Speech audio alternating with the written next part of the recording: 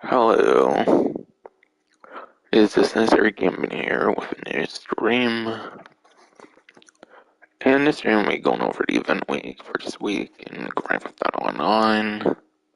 But yeah, starting off the major edition, I would say this time around will definitely be going over the taxi work.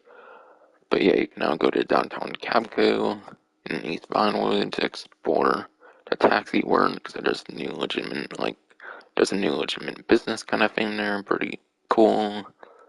Definitely add some more immersion to the role, no doubt. So definitely something that can be pretty welcome, even if it's not necessarily the most paying thing or whatever.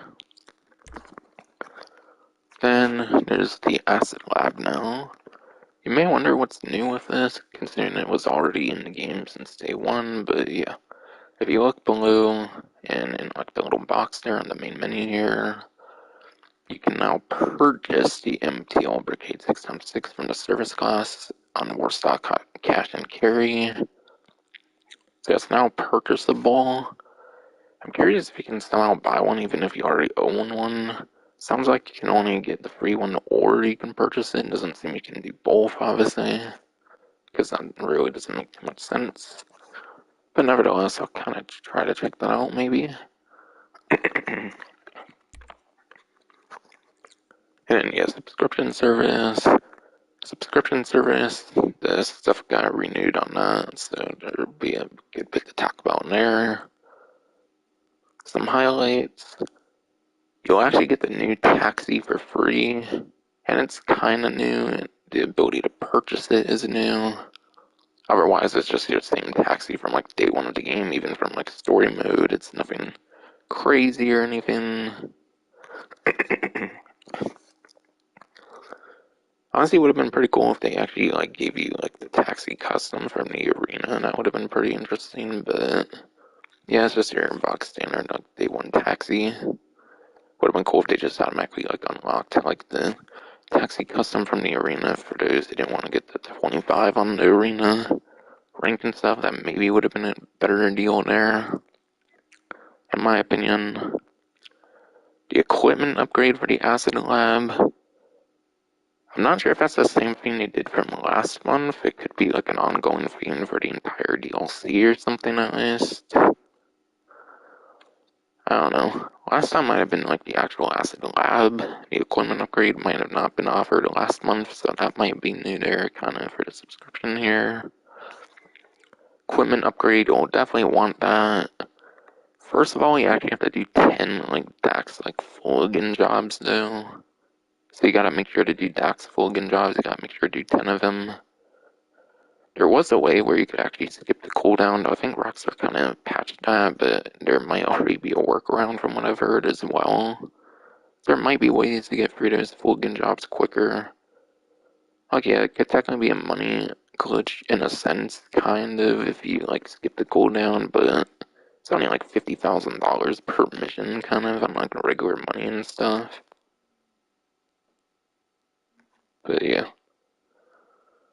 The cooldowns are pretty ridiculous on those Fulgen jobs, though. They're like 48 minutes, so if you're going for those Fulgen jobs, if you're on a subscription for any reason, definitely make sure to get on like once per hour and probably do a Fulgen mission, and then probably do a change of clothing and like find a new session, maybe stay in a session until we get kicked for being idle, kind of.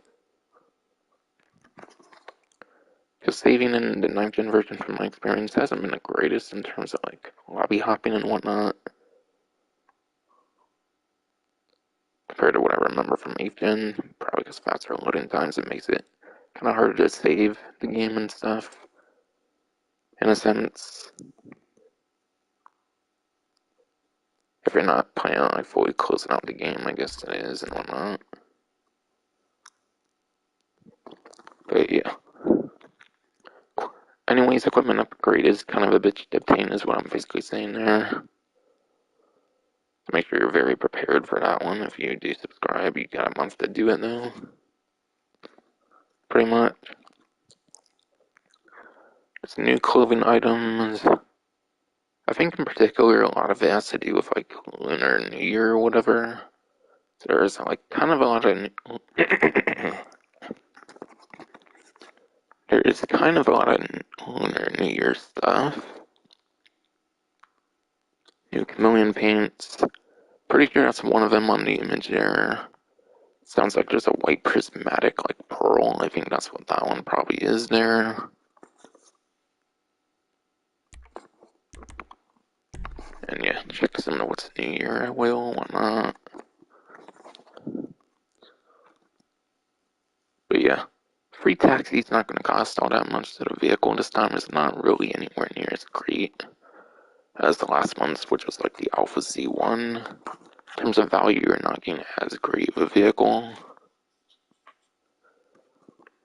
But yeah, I hope you with the new like taxi work, obviously, so that could be nice. Probably mention the other chameleon paint later on, but yeah.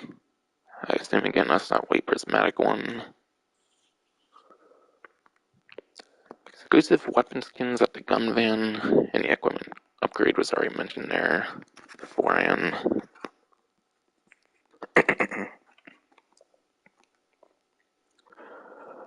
But yeah, on the expanded one here, exclusive weapon skins at the gun van.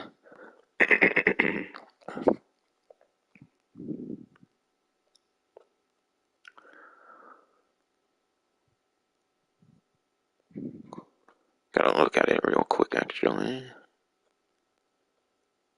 But yeah, your exclusive weapon skins, those will be a trippy knife skin and then a trippy baseball bat skin. Baseball bat one is like purple, like pink, it looks like on the baseball bat or something with like smiley faces. Pretty interesting. That's kind of the description of the baseball bat one, at least, that they preview on the newswire. As for the knife one, I don't think they really showed that one off on the newswire, though, so wouldn't be able to describe that one per se.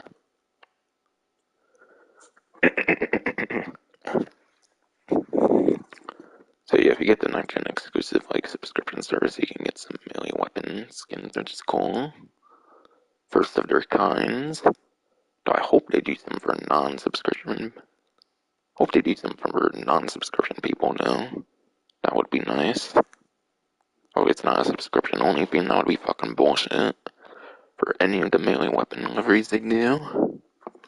For like any and all of them. That would absolutely suck balls. Any of the clothing things, like I said, exclusive items still great though, Lunar New Year. And yeah, I'll mention more of it as I go on with the stream and game and whatnot.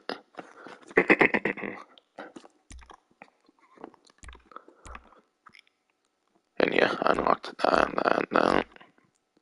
I don't know why the fourth one doesn't show in there, but I think it was like the easiest one to unlock, the like Brigade 6 delivery. I don't know why that one's not on there for me, but oh well. Should have all four of them though. As I did on stream, I pretty much did all those on stream pretty much. On the previous one, of course.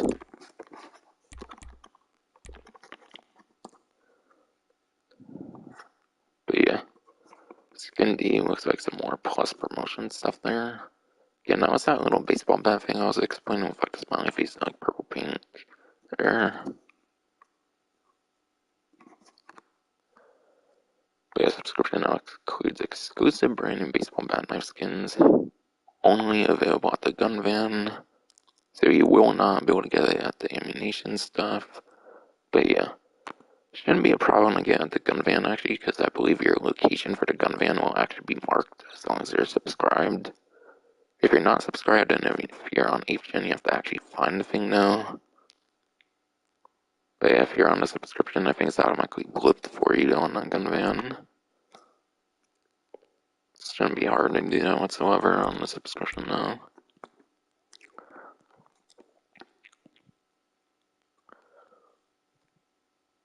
And yeah, I'll explain more on the taxi work and stuff later on here. Taxi.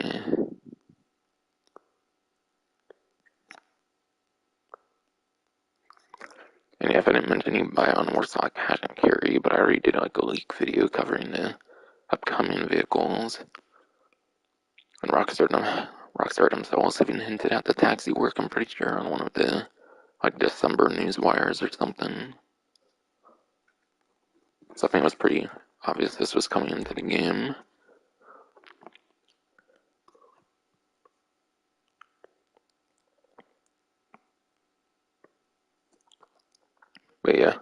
5-star right here seems to be referring to the new, like, fast travel service, kind of.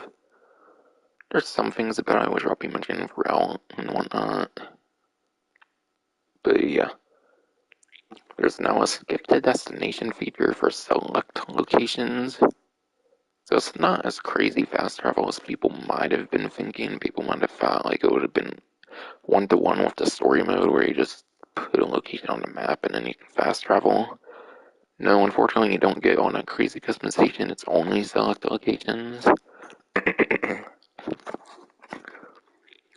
I assume they did know for griefing reasons too, which I understand because yeah. It's almost like subscribe to the subscription. Like every 5 minutes you can literally just like fast travel to you. That'd be insane. That'd probably be overpowered and whatnot. In like a grieving situation and whatnot. And yeah. Also with the skip the destination feature, according to the Newswire, it is not on the 8th generation versions of the game.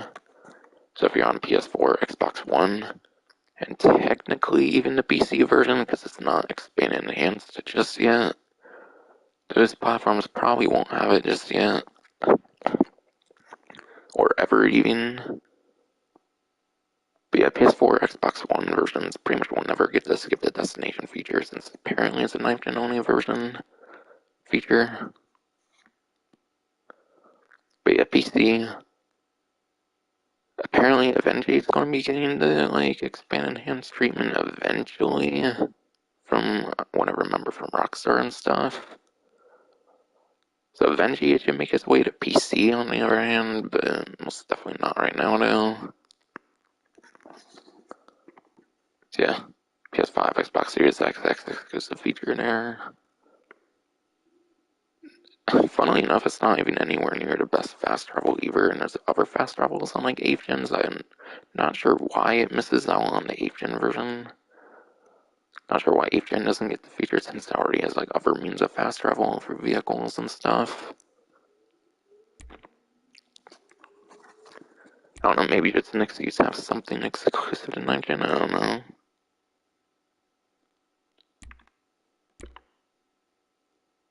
I would like if there was 9th gen only like actual DLC at this point, but oh well. I guess this will do for now.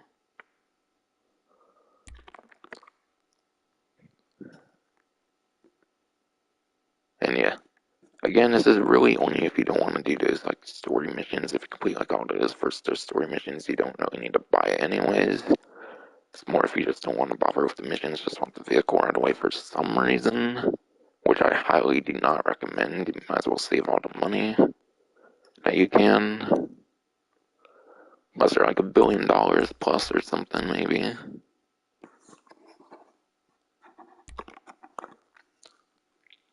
And yeah, the hard mode event continues. Pretty much all the same stuff, so nothing really to mention there. And from there, it looks like just earlier stuff on there. And yeah, you can still get the railgun. I think it was pretty obvious you would still be able to get the railgun after the first week, at least for now. But yeah, pretty fun weapon, definitely.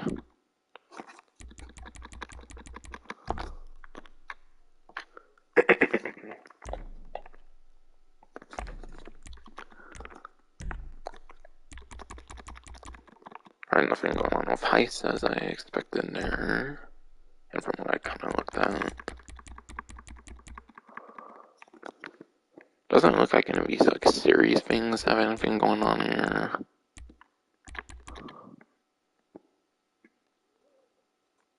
Okay, there is something going on with this, but it doesn't have like an indicator for some reason, so I'll just talk about it in game now.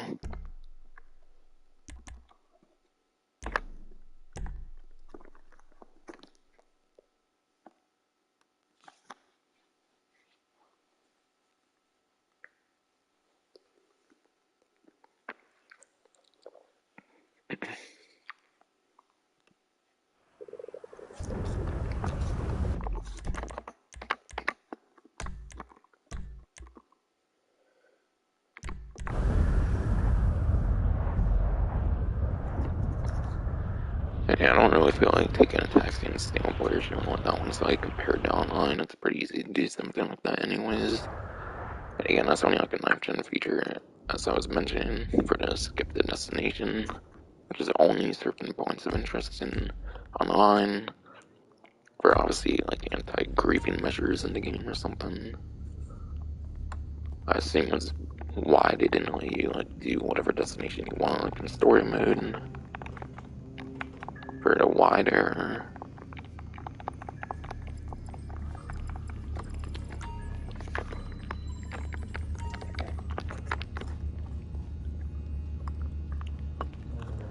And yeah, nothing new really to show with the Brigade 616. I might as well show that price right now if I can even see that. Okay. Wait, whoa. Only 750,000 actually? Okay, yeah. As expected, if you own the one from the story, you don't get to get another one, as I expected. But yeah. Apparently it costs like 750,000.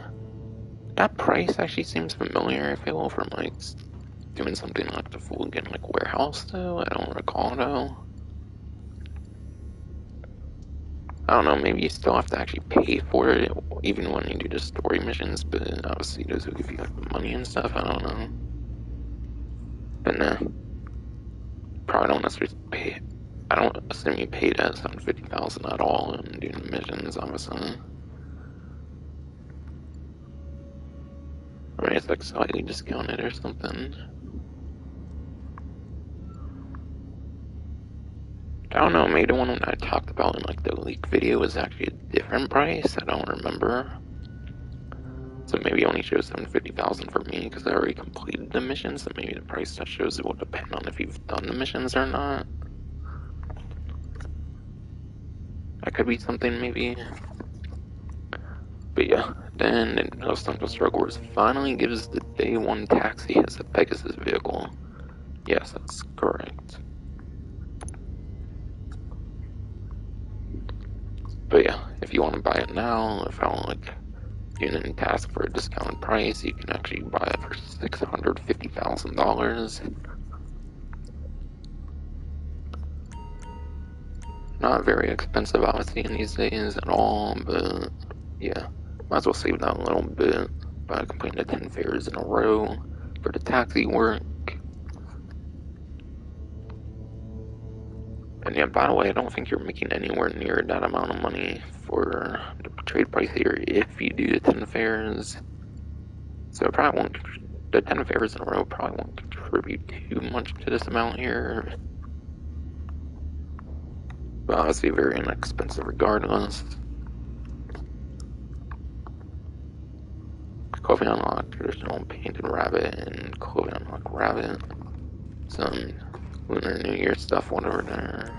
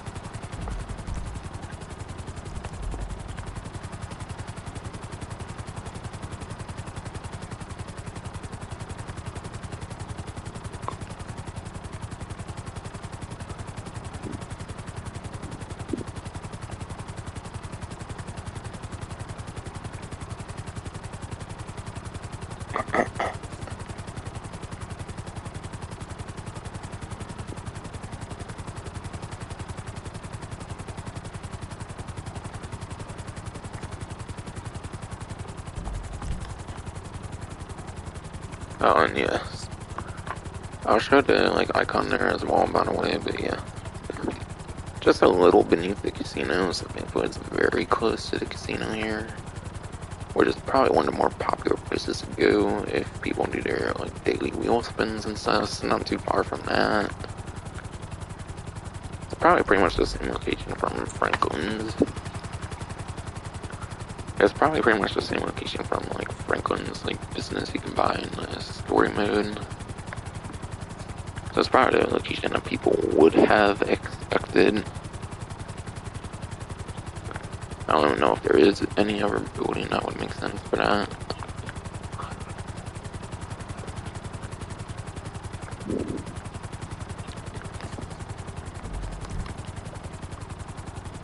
The location is definitely a pretty good part of the city. I would say, at least.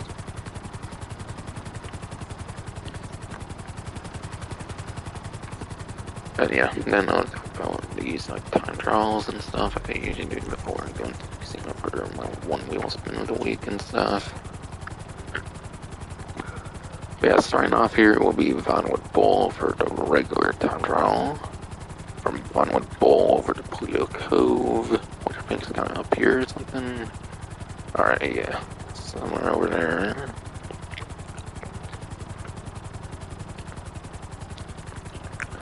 Remember that location from one of those like Doomsday setup things.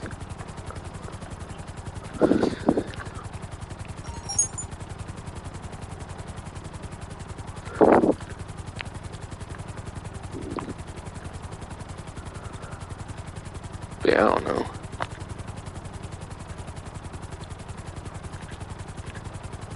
Could maybe stay mostly on the highway and stuff, I don't know.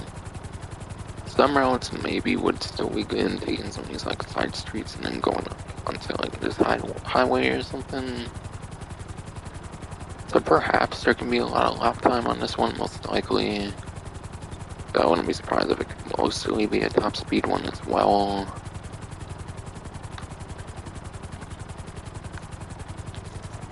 But yeah. If you're on the 9th gen version of the game, definitely I would say the HSW Hawktail Drag would pretty much be your best possible option for the HSW Hawktail Drag, the one HSW motorcycle in the game. And if not that, then I would probably say into the like HSW supercars. Any of those like 3 to 4 HSW supercars in the game now. And in the Criminal Enterprise, like HSW vehicles are actually some of the better ones for top speeds. That would be your like Sterling GT and Vigero like CX HSWs. Those can be pretty decent for HSW vehicles for 9th gen. And then yeah, for 8th gen, I would mainly recommend motorcycles. So yeah, I know the Western Reaver is a pretty good one for the 8th gen. For like a top speed situation, your Western Reaver from Contract DLC. The new Western Power Surge from the Drug Wars DLC. That's a very good acceleration motorcycle. It's the only electric motorcycle I believe in the entire game. And that would be good if you were like very slowed down in a time trial and then you need to be caught back up to speed. But the top speed probably suffers on that one too. Watching Buffy 152's testing in the snow is like 130, 140 miles per hour, but you gotta account for it being in the snow, so top speed might actually be more like 130 miles per hour, because apparently the snow increases at top speed. Probably 152, the racing YouTuber I like followed, hasn't really like done proper testing for that, unfortunately, as far as I've seen. But I new Power Surge can definitely be a very interesting option probably for some of these time trials. I would imagine at least for 8th gen. The regular Hostile Drag could even be kind of pretty good for some of these time trials, definitely. And then Nagasaki Shotaro, the Electron Bike. And if you want a very like affordable, good time trial option, then there's the Pegassi Body 801 motorcycle. So there's like a few motorcycle options. And if you're on 8th-gen, honestly, you probably won't really bother with much of a supercar at all unless you really just don't want to fall off a motorcycle. But I feel motorcycles, as long as you're careful, are the better options anyways. Okay, downtown Capco text apparently. But yeah, that's just the same like thing again from like, the previous event when they started the hard mode event. Yeah, text from downtown Capco here. We're looking for new drivers with the 11 carrings that you need to be a taxi driver, can buy, pick up a license, no prior experience required. Oh god, that's not good. I want to be like hiring people that aren't good drivers, bro. I don't know. Taxi company in real life would probably like do that kind of thing in the first place though in today's world. I wouldn't be surprised though. Yeah, RCB and data trying to somewhere around the speed canals here. For the most part, you just gotta know like corner and stuff like that, which obviously varies for each RCB and data control. I'd probably look up a guide on it. Obviously, that'd be a very easy way to go about it and whatnot. Besides for that, you only get the one vehicle choice of the RC Bandito, so nothing really much to say there for me at least.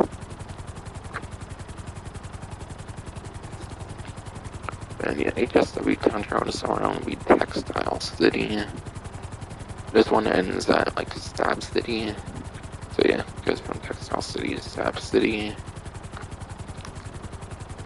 And yeah, HSW controls, it doesn't really matter what vehicle you use per se, since the park time is determined by what vehicle you use.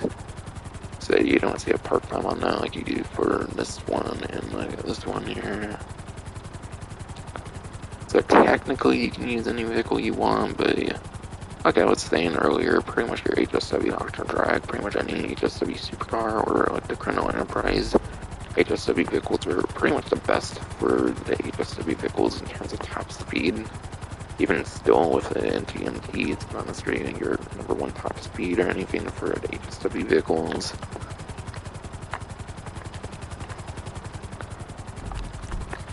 And your premium race is for sport classics. And for 9th gen, that's pretty much going to probably limit you over to the HSW Sterling GT and then the HSW Turismo Classic. I have to see like which one has an advantage where on like roughly 142 spreadsheet. And I'll talk about like 8th gen in a bit as well.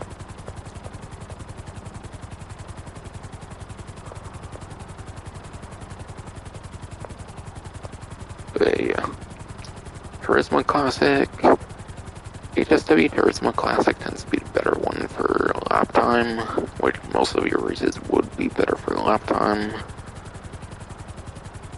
And then your Sterling GT HSW apparently tends to be better for top speed. So you'll probably want to look at the course, see if there's... When you go on those, I think you can like press like square and like X, I think on like Xbox, whatever on like PC, and then you can like see the map of the course. I would probably do that and determine if there's mainly straights or if there's lots of cornering primarily. When you're choosing between the Turismo Classic and the Sterling GT HSWs, again, Turismo is better for lap time, Sterling HSW better for top speed, according to roughly 142 spreadsheet. There are pretty much only one number difference between those, so yeah, it all basically depends on the track, I don't know if I would assume. And there's not necessarily one that would be generally better for like every race per se, but again, most races kind of have lap times, so I'll just assume maybe your Turismo Classic probably there. And yeah, for 8th gen,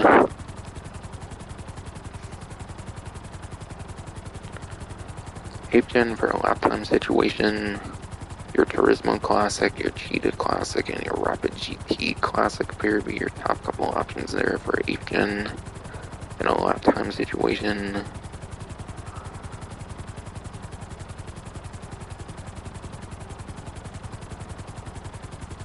And then then I gotta see for top speed kind of. For top speed, it would pretty much go to your Z-type, it looks like, for the Z-type from like day one of the game. Even though it's from like day one of the game, your True Friday Z-type is probably your number one top speed pretty much for 8th gen.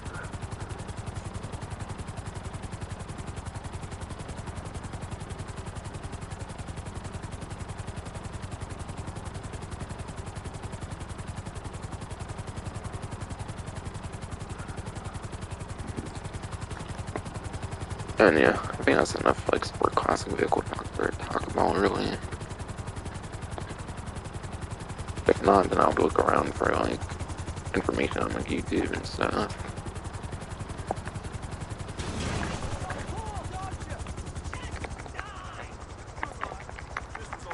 We going to a swinger party this weekend? Mellow vibes out here. Nah, dickhead. Guess who I was totally.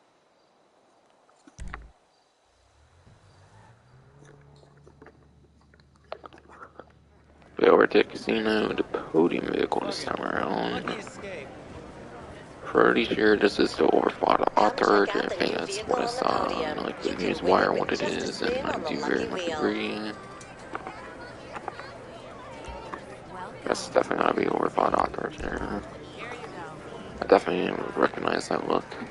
I've been actually sold one pretty recently because I was running out of garage space in the drug war DLC, so I'm very certain of that about looking again. Because I'm not looking at the news wire right now, but that's what I remembered seeing when I looked earlier. Play around. You're invited to indulge in an elegant world-class gaming experience. Damn it. I wanted this to be over Cloven, but I want to know like a slight chance at like the last alien band, or like a rare chance at something very good.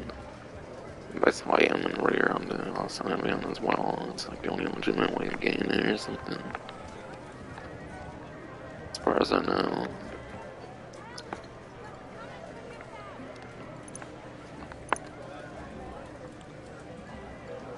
I think the Octarch is a supercar from like back on like the Doomsday Ice DLC, so it's kind of like a 2017, maybe early 2018 at the latest. For the timing of its release. But yeah, the overfought Octarch, if you get it, you'll save at least $1,955,000. Plus, if there's a livery on it or something, that would be like number 20 to like 30,000, so even higher, like 1.9 million in that case, if you were to keep the livery. I don't know, I don't think I saw a livery on it, and I don't even know if this one has a livery since it's an older DLC vehicle.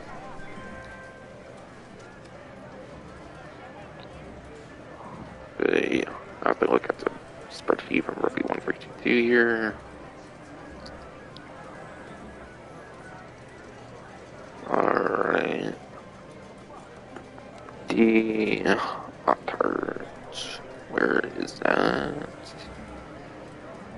Okay, I see it now. According to Bruffy 142's spreadsheet, the overfought Octarch is in B tier at least. And at best, that makes it a 15th place lap time, and at best, a 22nd place top speed. So it's above average for sure for the supercar class, because I think supercar class has like around 60-ish vehicles in the game, pretty much it seems.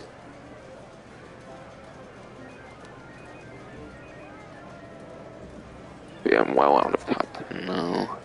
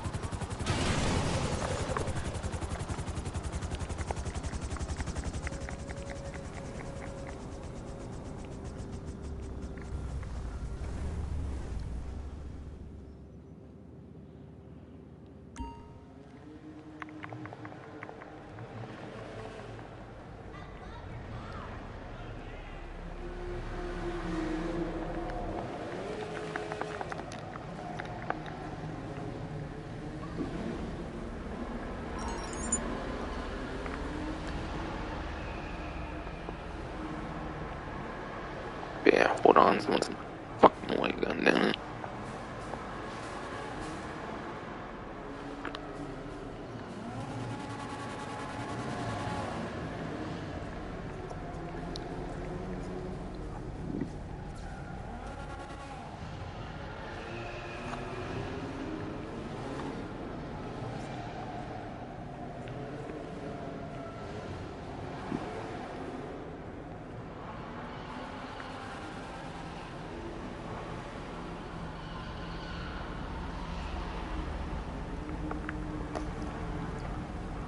But yeah.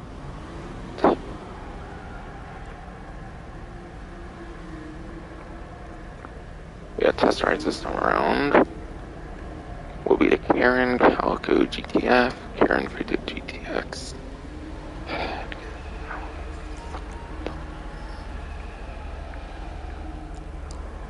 And Peeps or Growler.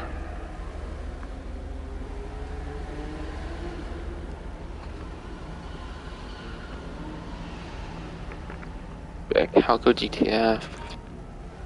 All three of these actually are like your tuner subclass vehicles in the game. So you can use them in street races, pursuit races. And then you can even use them in like robbery contracts and like tuner particular content.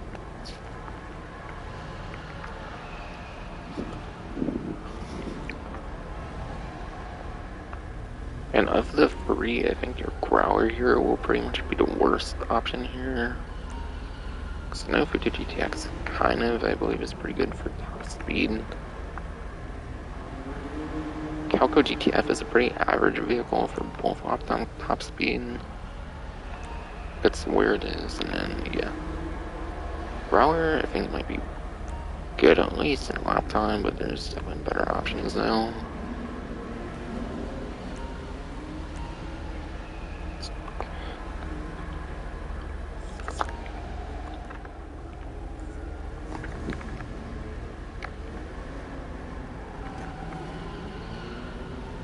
Yeah, someone keeps really being my fucking way in my real life right now. Fucking hell, connect as fucking always in my house and shit.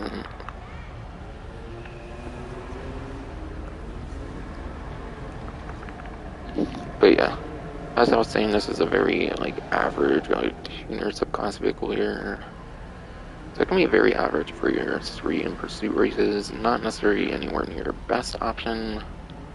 Because you have like the Sultan RS Classic, which is actually like #1 lap time, and then it does have very average top speed. So I feel your Sultan RS Classic, I think in my opinion, would definitely be one your pretty much your like one good option in a sense. Because for the most part, like I say, in races, you mostly want lap time, because most races will have a good bit of cornering and stuff, I feel. Futo GTX.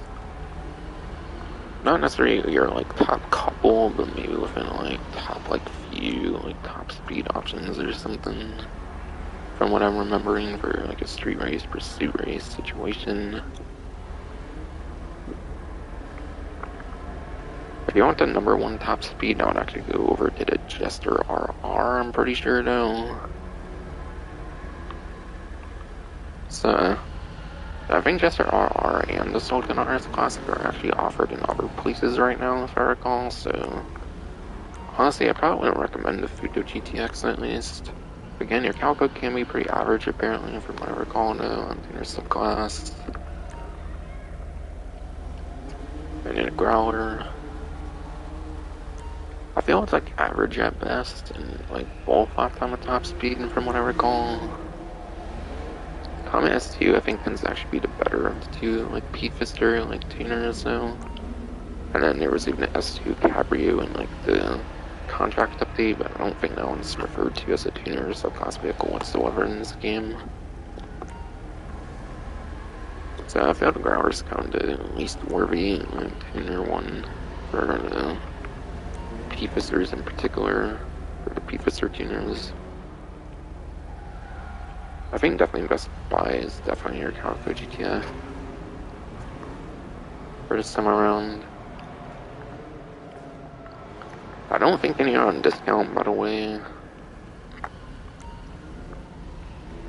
Yeah, Yeah, 1.4 is definitely like regular price on that one, around there.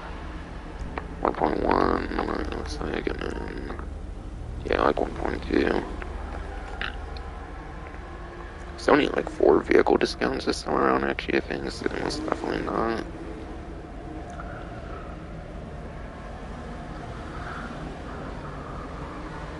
I'll have a look at the newswire though before I get out of here though, make sure though. I did still want to describe them greatly though, because they are tuners that class vehicles, so they can still have some kind of use even if you get them at like full price, since they do have tuner exclusive content they can be used in. And yeah. For robbery contracts, it all depends on if you can put like a rear lever on the back, I would say, if it's a good like vehicle for robbery contracts or not, because you mainly want that like bullet protection, obviously, for your like robbery contracts when you're in combat situations and whatnot. So it depends on like, if it has like rear levers or something you can put on like the back window or something. And I don't think I own any of those actually, so I wouldn't know firsthand though.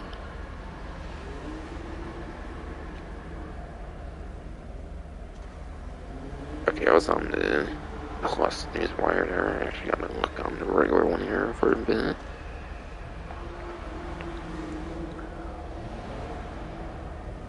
Okay, yeah. Hold on.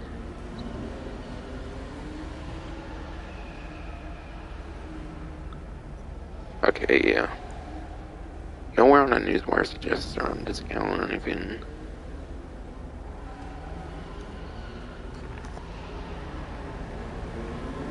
So honestly, I'd probably pass on all of the test track vehicles this time around. Nothing's really like that super amazing per se. And it's all full price this time. Your test track vehicle will go over to Pegassi Torero. Yeah, Pegassi Torero, that will be your prize ride. And that is actually a sport classic vehicle.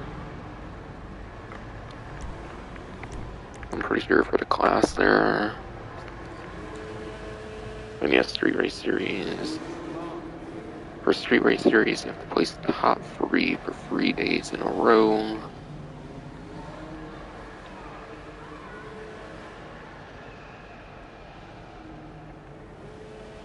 But yeah, Street Race Series top 3 days in a row. Okay, I'm pretty sure that's an easy challenge aside for 3 days in a row. That's how I describe here.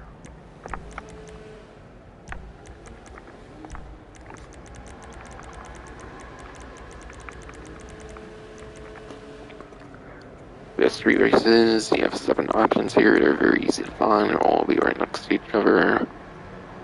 You'll see street race, followed by a hyphen, followed by a unique name of said street race. That's basically the format for all that. And as they're all 2 players, as long as they're racing the bare minimum 2 players or 3 players, you're pretty much a guarantee for top 3. As far as I understand, that's how it works in this game, as long as you have, like, anything within the amount, even if it doesn't reach exactly 3 players or something, it still counts. So yeah, the only hard part should be the 3 days in a row. I'm doing this stream as of like Sundays, there's still a small window still to be able to obtain it.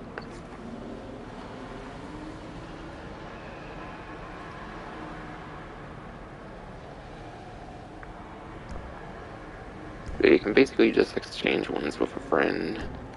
Do like 2 races each day with a friend, one time you win, one time a friend wins. If you really want it for any reason, then yeah, doing it like that would be very easy to obtain it. And yeah, for the performance, is it worth getting this vehicle or not? I'll go on roughly 152 spreadsheet here again.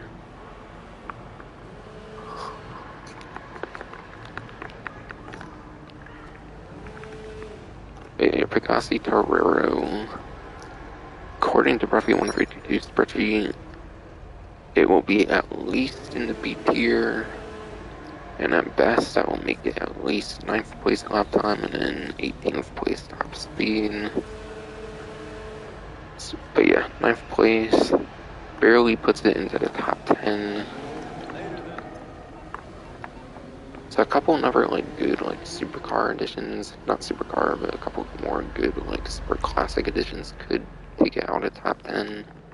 And from there it would definitely make it not viable any longer. But yeah. Sport Classic, I feel usually doesn't tend to get that many editions though, so it'll probably be like number 9, like lap time for a bit, I would imagine. So it could probably be good for at least the next couple DLCs, a couple few or something. I think it can be okay for lap time. Obviously, you have much better options when it's only like number 9 now. And yeah, that's if you're on 9th gen, obviously, even on 8th gen would probably even be a bit better. Because then you wouldn't have like the HSW vehicles, so that would raise it up a bit. Especially on 8th gen, could be nice, but on 9th gen, not as much, but still, Sport Classic again doesn't get the most editions, so.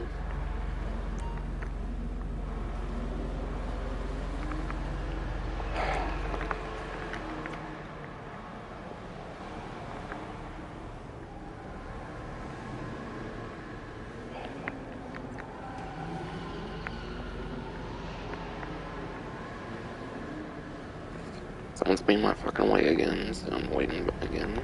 By the way.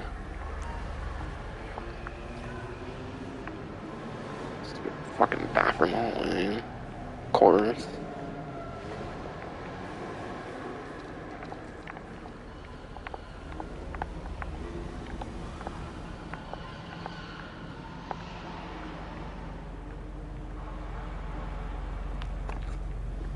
Yeah, she's the Octo Drag. Pretty much best HSW vehicle of the game.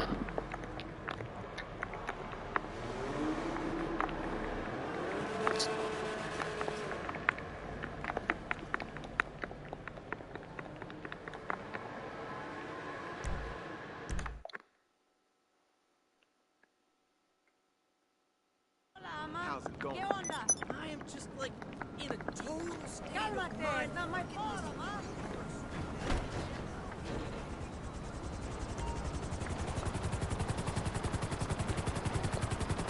But yeah. As I was pretty much saying, your HSW Octo Drag is pretty much your best HSW option in the game, being a motorcycle. Being a motorcycle, you can technically get the most advantage out of the top speeds, the crazy top speeds on that and whatnot, compared to any other HSW vehicle with like the bare minimal space it takes up in the game. So I pretty much already explained that one.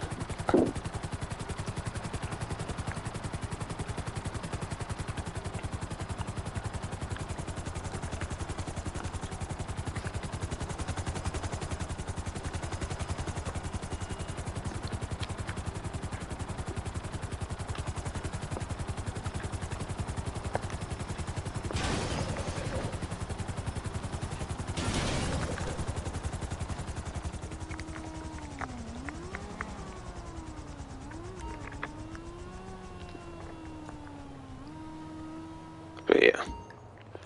Then your luxury auto vehicles be Piscassi Osiris. And then your Dinka Jester RR.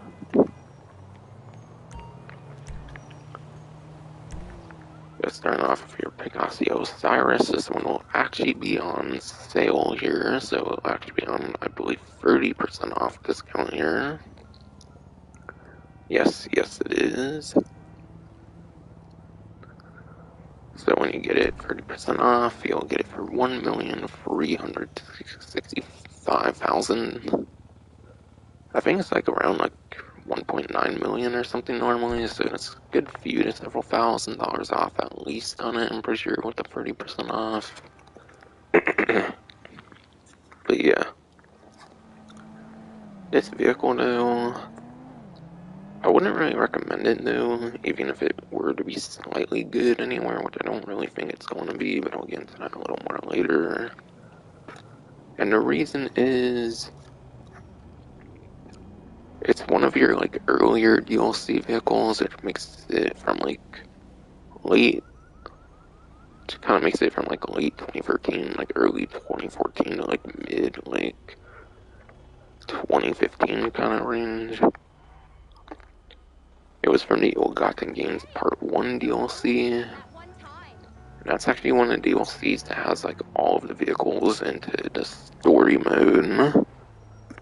So you can actually get this vehicle into story mode. So it's a waste of garage space, so I wouldn't really recommend this one. But if you want to know the performance anyways, for like knowing for that kind of case, the Osiris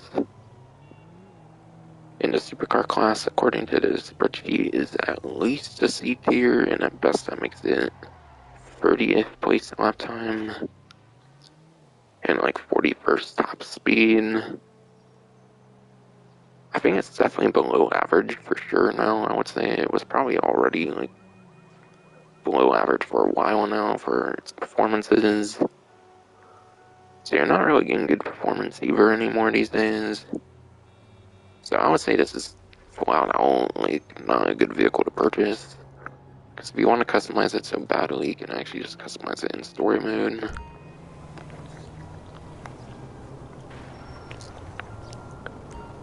And yeah, your Jester RR, that's one of those like 17 to like 19 tuner subclass vehicles.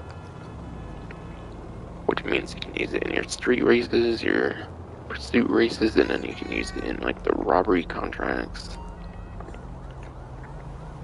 For robbery contracts, for robbery contracts, I do actually own the Dink Adjuster RR, I'm pretty sure, so I think I can verify it does indeed have the rear louvers, so you can actually get some back protection on this one. So this can actually be a pretty solid option for your robbery contracts, especially when it's like the #1 like top speed tuner, as I was kind of mentioning earlier when I was comparing the like Futo GTX and this and whatnot. Having a #1 top speed option that actually is like rear louvers you can put in the back of it, I think makes it pretty much your top tier robbery contract vehicle, as if you're doing just like 1 or like 2 player robbery contracts at least, which for the most part you probably would be. And yeah, certain robbery contracts and stuff might have you like going on like the highways and stuff. That's why I think it's very good to have top speed for a robbery contract. Because obviously a robbery contract, you're not racing at all, so you're not having to be super competitive or anything. You're just doing like combat related stuff and whatnot. So I think it's pretty much your top tier robbery contract vehicle, so I would highly recommend getting it. Even though it is on full price, I do think it's a very good option, like I was explaining there.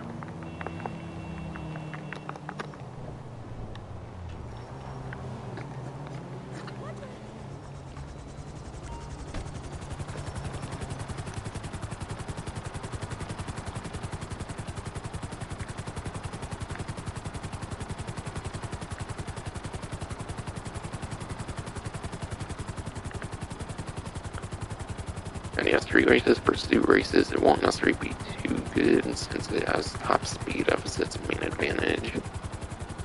I would say pretty much any street pursuit race, you're pretty much mostly going to want lap times, so I would say in terms of racing, it's not necessarily going to be the greatest option unless there's a lot of straights.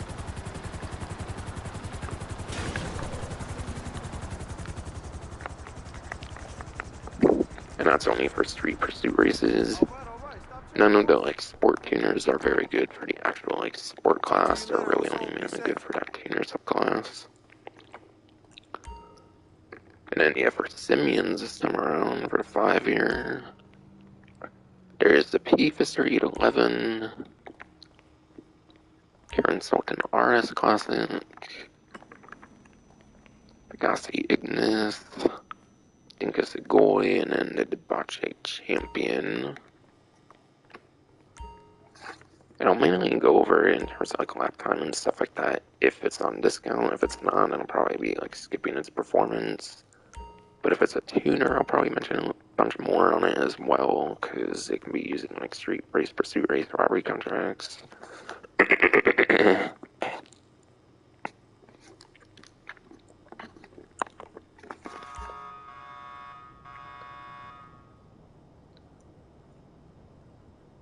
But yeah, again, just like your luxury auto, you're actually going to have just one vehicle that's on a discount.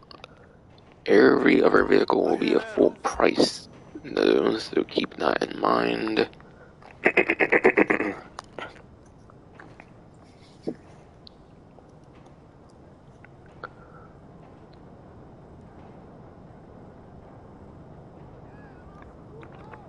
We had a P-Fister 811 on the 30% off discount it has for the week. That actually makes it only $794,500 at Simeon's here. You could maybe even get it for a little bit less at the actual website since you don't have like as many like interesting color options and whatnot.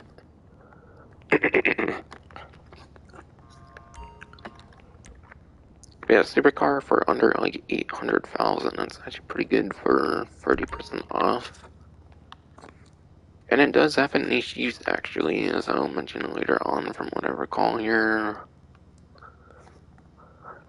But yeah, P-Fister 811, according to the spreadsheet, it's apparently at best E tier, which doesn't sound good at first, but yeah. It's a 43rd place lap time, but the top speed is actually number 4, actually. So you actually have a number 4, like, top speed. I think with the Entity MT HSW, at least, on 9th gen, I would probably maybe drop it down to, like, 5th place as well, because the spreadsheet says of Criminal Enterprise. Hey, bro, so good to see you. So, even on, like, 9th gen, you're probably getting within top 5, which is still very nice. But yeah, on 8th gen, it's pretty much going to be your number 1 top speed on the 8th gen version of the game, though, so you can definitely get some very nice use on 8th gen, but 9th gen as well if you're not interested in wanting to use the HSW vehicle. Very good buy here. Just for the top speed alone. And then, yeah, Karen Sultan RS Classic. Kind of already explained this one already when comparing other like tuner subclass vehicles when mentioning like what's good with them and whatnot and what's not. Your Sultan RS Classic is pretty much your number 1 lap time option, and then it's got pretty average top speed as I was mentioning for your tuner subclass, which means it's pretty much going to be your go-to vehicle, I would say, for your street races and pursuit races. So that alone, definitely I would say high recommendation to get it. And then, yeah. As for if it has like rear louvers for like robbery contracts or some way of like blocking some of the windows from being shot at and whatnot, I don't remember to be honest, but again, for robbery contracts, I think you're pretty much going to want to use the Jester RR anyways, because top speed's actually pretty good for a robbery contract, since you can take your time with the robbery contracts kind of, and you're obviously not racing in those, pretty much. So I don't even think it would be as good as the Jester RR, even if it does have like a louvers or something. It's been a while since I've been in that vehicle, and I don't have the most memory of if it has a rear louver or something. Next here will be your Pegassi Ignis. Again, that will be your full price, pretty much the same with these two, and then the RS Classic though.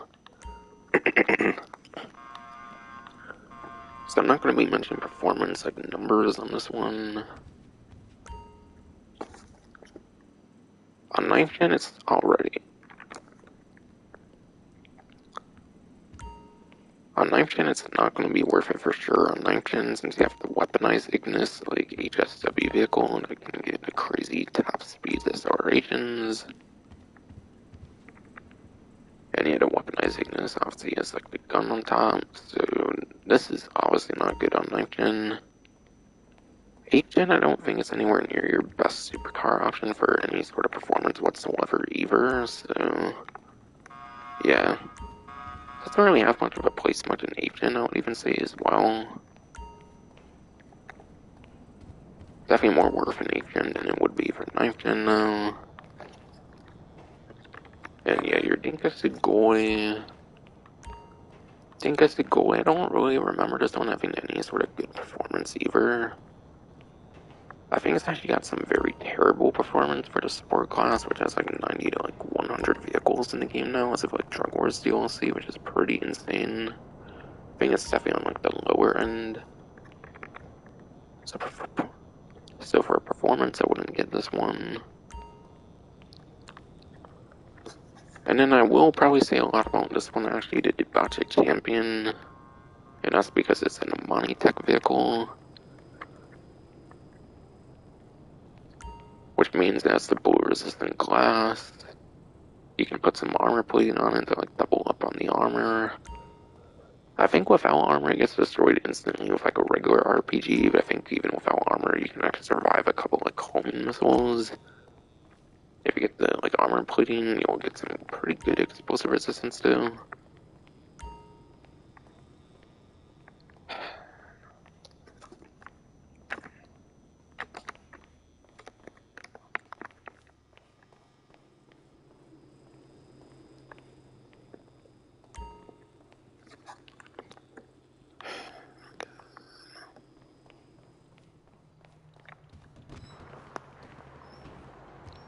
Someone's in my way again, of course. God fucking damn it.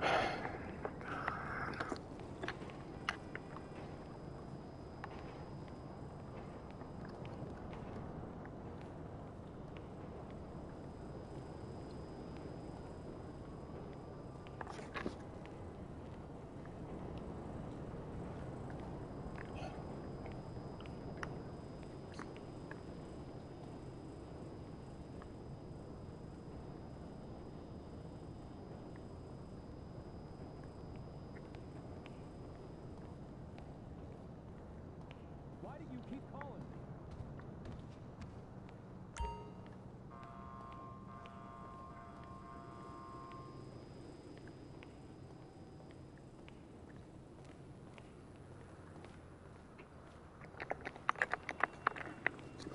God fucking damn though. Like Christ though.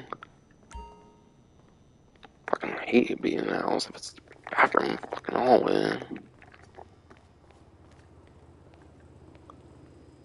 Makes it hard to fucking live stream and even do YouTube in general, of fucking course.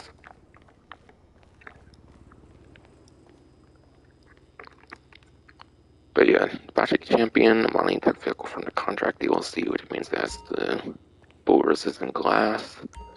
Not one of those newer mining tech vehicles that don't have the bullet resistant glass. This one does, which is nice for that bullet protection. It's not much, but it can take like 16 like assault rifle bullets and like 16 like pistol bullets and stuff, for example. So at least you get the slightest bullet protection. Again, you got the armor plating. Even without armor plating, I think you can take a couple homing launchers typically, which is kind of good. And without armor, even. But yeah, with armor, you could even take like a couple RPGs and like a few to several, probably homing missiles from what I'm recalling. Not the hugest explosive resistance, I'm pretty sure, of any mining tech vehicle, but very good regardless. Especially when you put into account other things.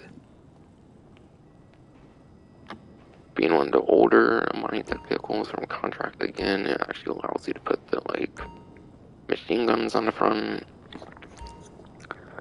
So being an older mining tech vehicle allows for machine guns, which gives you mounted weaponry if you don't want to use the ammo on your actual weapons.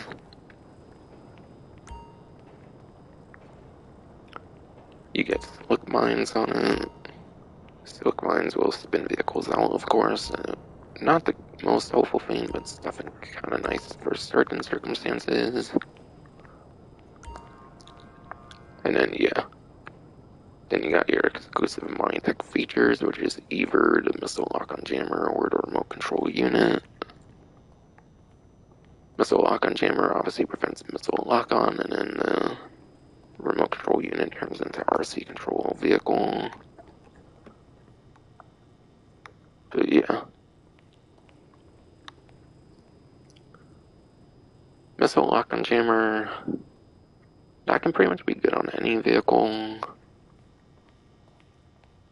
But yeah. It's a supercar, so it's kind of a speedy Minitech vehicle, so it's not the most necessary for the missile lock-on jammer. So if you really want to, it could be an okay option for a remote control unit. It could be okay there, but not the greatest.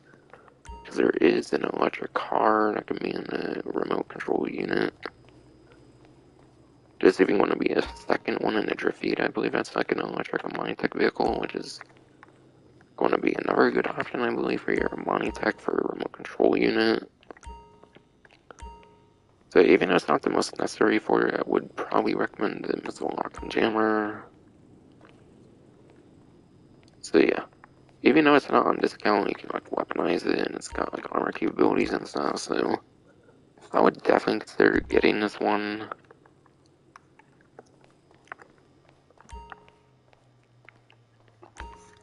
But yeah, being the only one on discount, I think the 811 is pretty much going to be your best choice, along with the good like supercar top speed on 8gen especially.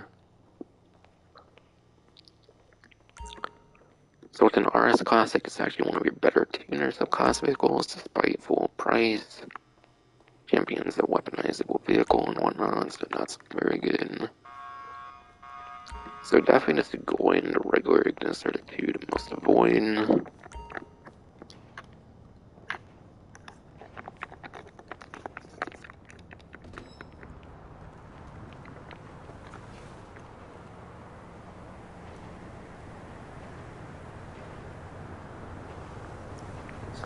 But yeah, I think I'll do some of the taxi work here now. Going over to different showrooms and whatnot. Verify, make sure I can buy another one again for some reason.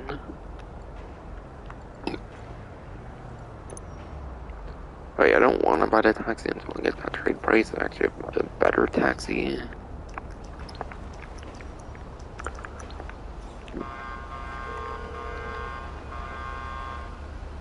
Hello, Pegasus Lifestyle Management. How can I help you?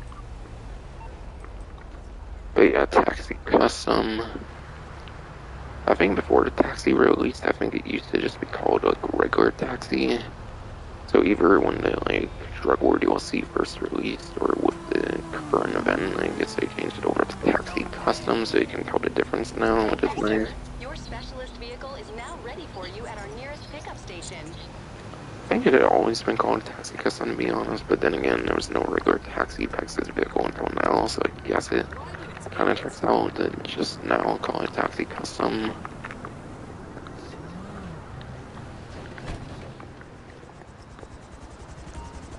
But yeah, you can actually use that in the new taxi work, which is nice. The way in which you obtain a taxi custom, again, if I didn't mention, but I'm pretty sure I slightly did, I might not mention it in the most clearly yet though. The way you get it is you get like rank 25 in like the arena, like the sponsorship, like a tier, like arena system, whatever. Once you hit like rank 25 with the arena, whatever, then you unlock the taxi custom.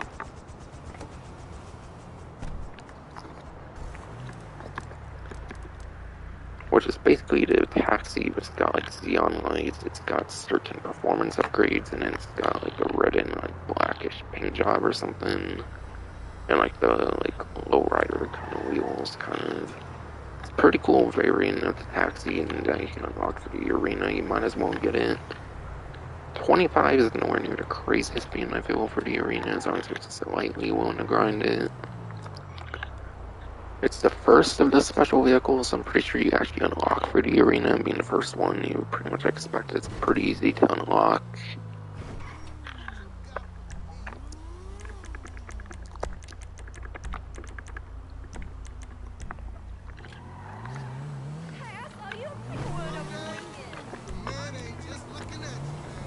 Alright, yeah, downtown Capco is on your quick GPS. I wouldn't have expected anything different, but yeah.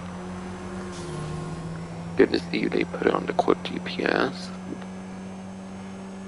Regardless,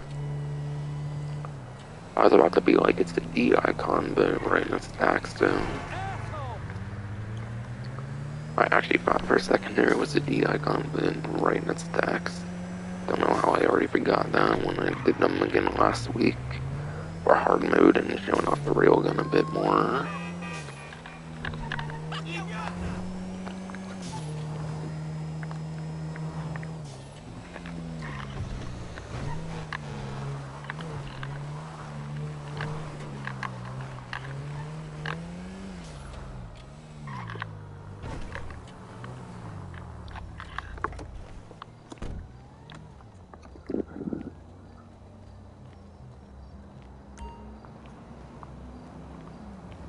Yeah.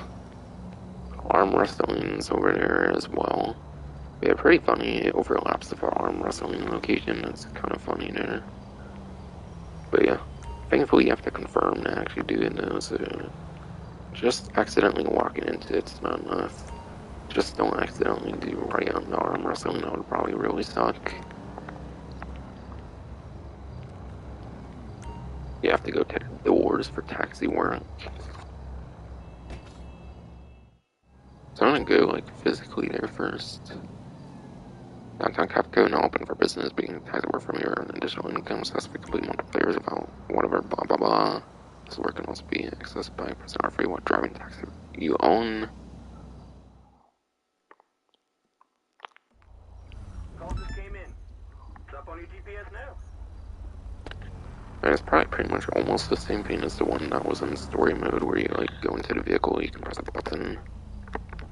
Okay, but yeah, if you do it like that, then it's gonna kinda lock you into the vehicle. You can't really press the like vehicle button to escape.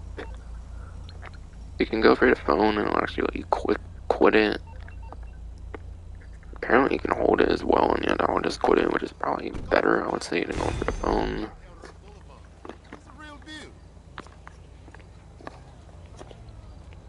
Oh, this move will save you from hours on the backlot freeway. Okay, so I'm not gonna let me back in there, interesting. Yeah, I want to use the taxi custom obviously here. But yeah, I don't know if I had an option before going here, or if you already would have the option, like just right from loading up. You might want to go physically one time just in case to like make sure it's activated or something. You might not have to go there though, it might already just let you press R3 from the get-go. And it's available now. This is dispatch. I got a job going right now. But yeah, I'll probably do the 10 in a row and then I'll probably be done for the stream, and I'll be honest. There's upcoming vehicles that you can actually unlock stuff for. I think there's upcoming vehicles in Drippy that have like certain taxi liveries you can actually unlock, I'm pretty sure. I might do more of that like when the vehicle is properly released. Because certain things, if you do it early, it won't count. If you do it like before the like DLC comes out, so just to be safe, I probably will wait.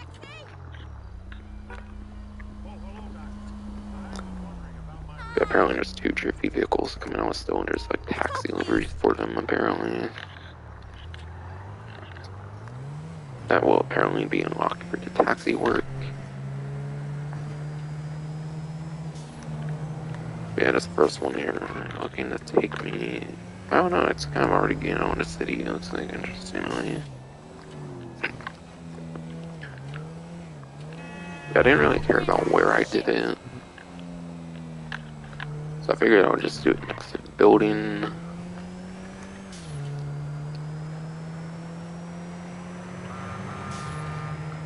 But deliver customer and destination.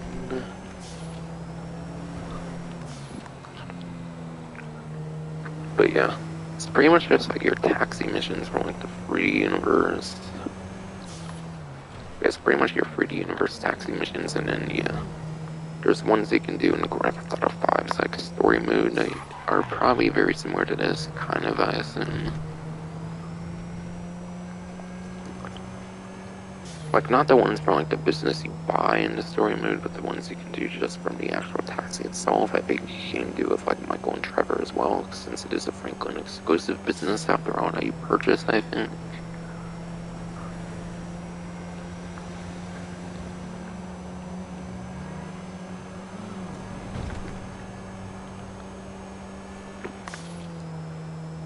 But yeah, every time amount of time you take, it will reduce the tip.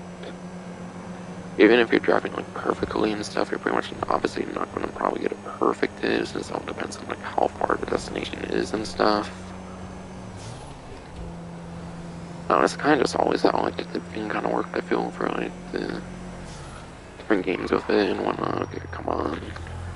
Didn't realize I had to go up here kind of at first. Right there, it dropped like $30 there. It looked like over time. Thanks. But yeah, starting off 1,027, nothing that crazy given all the distance you have to travel. This is a job need right now. Wait for dispatch. Oh my god, you have to actually wait for it to say it. At least you don't have to like drive around and find someone, I guess, like you do in like the 3D universe at least. Maybe even the one in story mode. I don't know, I never really did the ones much in story mode because I don't think it was really required much as far as I remember for 100% per se. Let's go.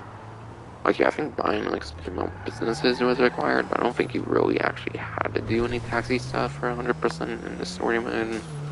So yeah, my knowledge on the one in Grand Theft Auto 5 is not that great per se compared to like 3D universe taxi missions.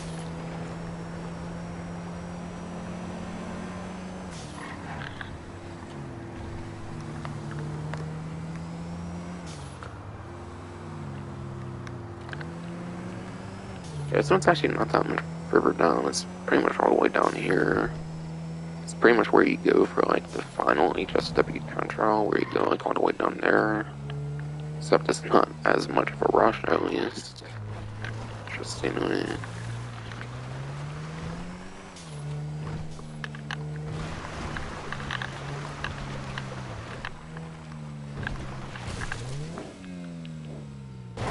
And yeah, apparently you can do jumps and stuff as well if you want. Just make sure to land the jumps. Obviously, you don't want to be damaging your taxi and stuff. But yeah, you can do jumps and whatnot. I got a pickup not too far from you. Sending you the address now. Not too far, no, but it's hella fucking far. It's sending me into the fucking desert parts and shit.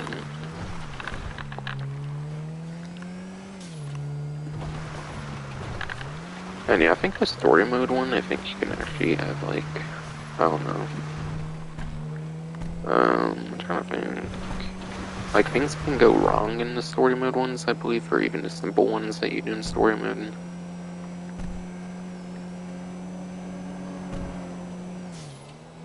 Like, I think there will be times where, like, the customer does not, like, pay up or something, and you have to, like, go after them, I think, in story mode. I assume you don't get any of that here in online, though, unfortunately.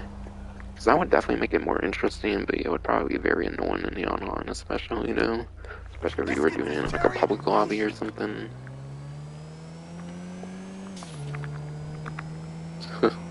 Money wasn't that much greater, it looked like, when it came to the fucking...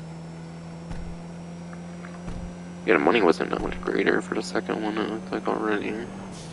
So it's just a little small, like, odd job if you want to, like, immersify yourself in the world. Pretty much it's not going to be anything super crazy. Unless maybe you do it for, like, a super long time or something.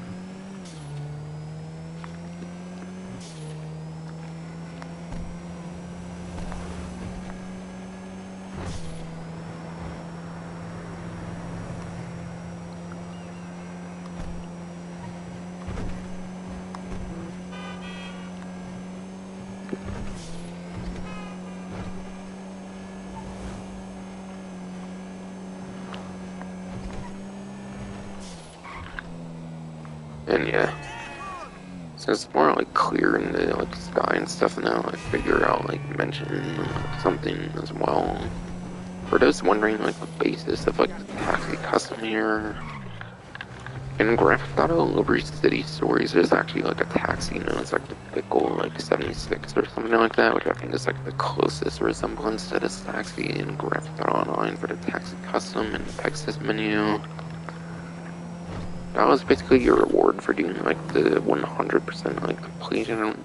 That was basically your reward for doing the 100% like completion requirement for the taxi like missions and Grand Theft Auto like Liberty City Stories. It was a thing that started at the very beginning of the 3D universe with Grand Theft Auto 3. It was like the Borg 9 taxi, which I showed off in that walkthrough. Vice City had like the Zebra Cab, and then I think there might have been some other like taxi that maybe got unlocked, or maybe it was just like hydraulics on your taxis in Vice City. San Andreas, I think you just got like nitros on your taxi. And then yeah, Liberty City Stories, you got one called like the Pickle 76. But it's definitely the most similar looking one, I would say, here. 2014, yeah, not that great. Ooh, a Fonte Blanket. Ooh, a Fonte Blanket, that's pretty cool. Nice destination person. Madrasa's place here or some shit.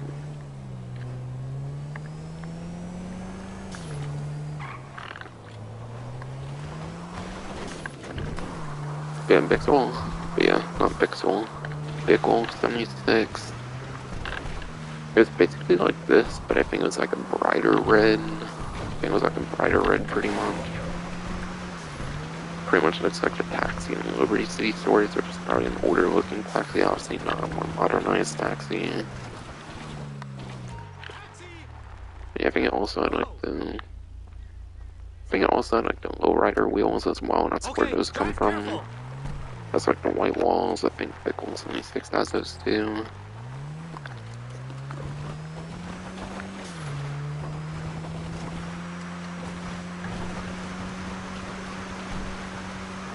But it's definitely a very cool taxi. I can't really think of much else to say about it comparing it to the one from Liberty City Stories, which is definitely the closest resemblance to this one.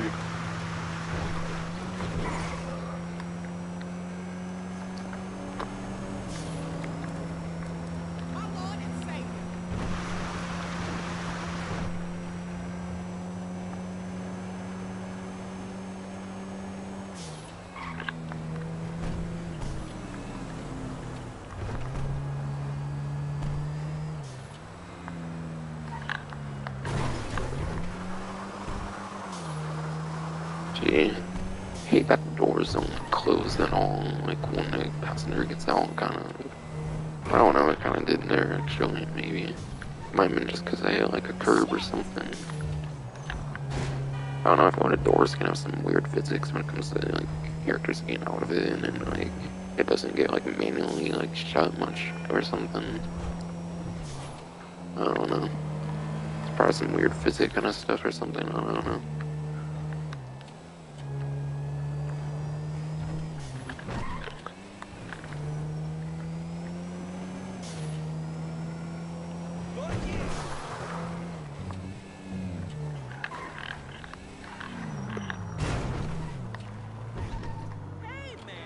Thank you. Hey, buddy. It only was like $100 more each time or something so far. I think I've had anything insane like 5 or 10 in a row or something, you know. I know 3D Universe was like a bonus for having like 10 in a row and stuff every once in a while. I feel even the 3D Universe one was a lot more impressive than this though, in terms of like payout and whatnot.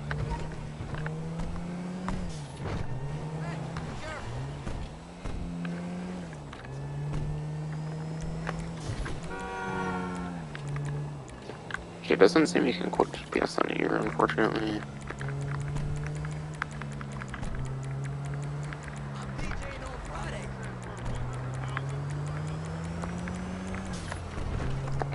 If you wanted a GPS for it for any reason, you can't quote GPS for whatever reason. Would have been cool if they had like passenger or something for like quote GPS or something here. Taxi! Hi. You drive careful. Okay. kind of want to assume the fare, like, money basically has to do with, like, the distance you travel and whatnot, and, like, the tip. It probably increases, like, every, like, tip maybe has a slight increase every single fare and whatnot. Hey there, I'm opening. Damn it, what the fuck, shit, no. Fuck. That was, like, my first major crash, I think, so far in this.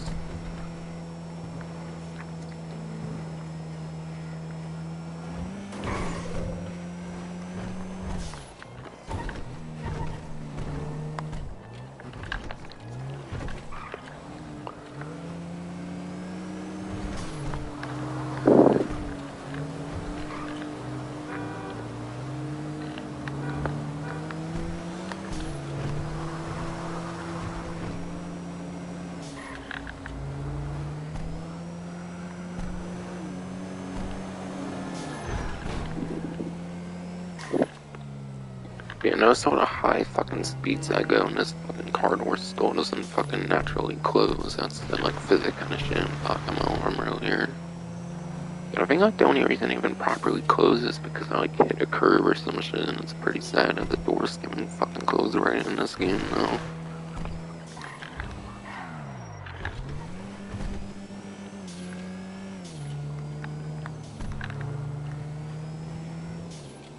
Wait, what? Now, once that one closes, I don't get it. Yeah, like, well, every time that fucking closes, it's always like that every single fucking time. What the fuck? All just came in. It's up on your GPS now. Okay, taxi driver, got the bronze by doing 5 there, it looks like. Doesn't necessarily have to be in a row, I assume this would just be, like, non-consecutive for that award, at least.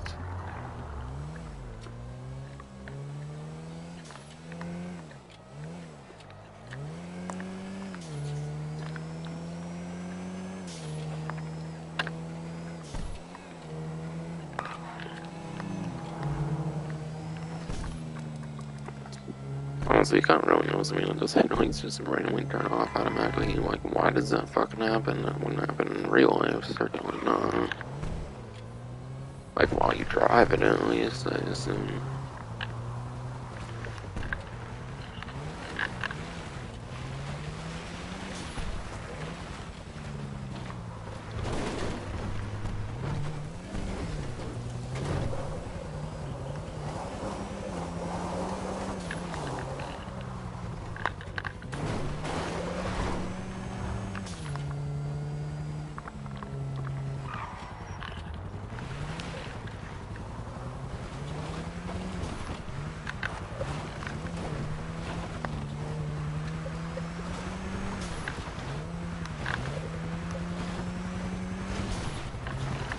That's where it really made me go all the way to fucking Vinewood Sign just to fucking get this prison brew. Hey, I know it's a good, like, idea you for can drive now. that's a good idea for a starting point, to be honest. For a very interesting starting point there.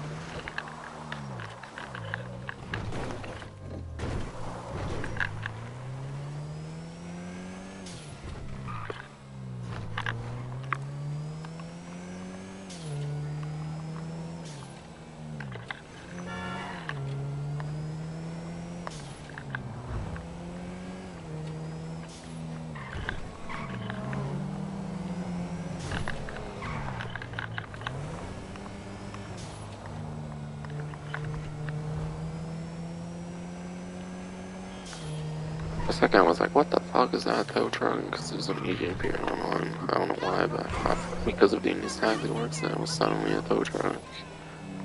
Oh, and the door actually closed properly already, I'm surprised. Again, it could have been because the door hit, like, some ground in a certain way, I don't fucking know, but I don't think I drove bad at all this time, so kinda doubt it.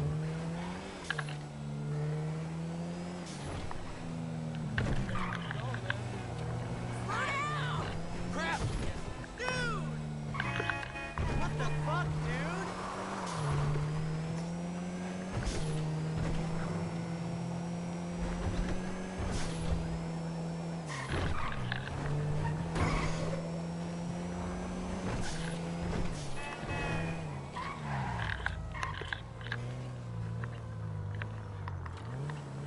Thank you.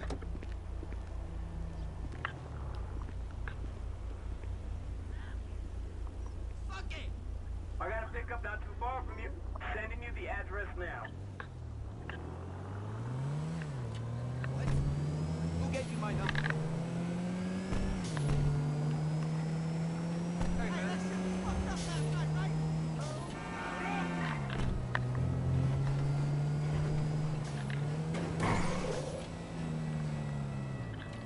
FNO's number 6 there. Computers ready? Yeah, even a 5 in a row, I don't feel necessary increase in that significantly or anything. Peace to you. Let's get this chariot. Then again, these are already like super unrealistic amounts you're getting anyways compared to real life, so I guess that makes sense. It's not that impressive now.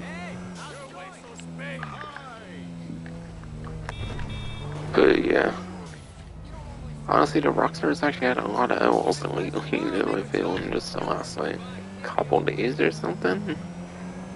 Yeah, a couple days, I think.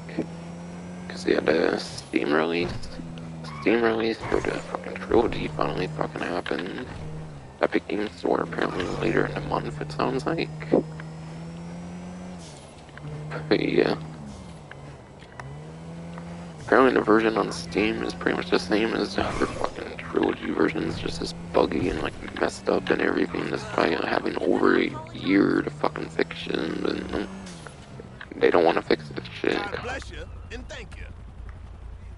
But no, they don't want to like fix shit at all, contrary to what they kind of mentioned on that one fucking news wire.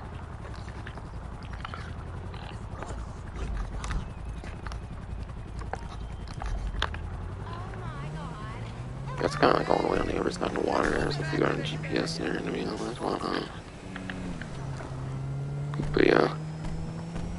Steam release is fucking laughable though in the fucking trilogy though.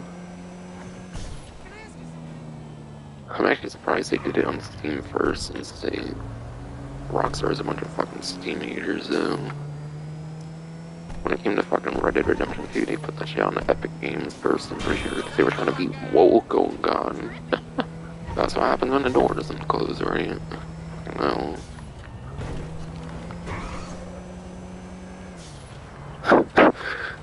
Wow, wasn't expecting a fucking car door to break like that.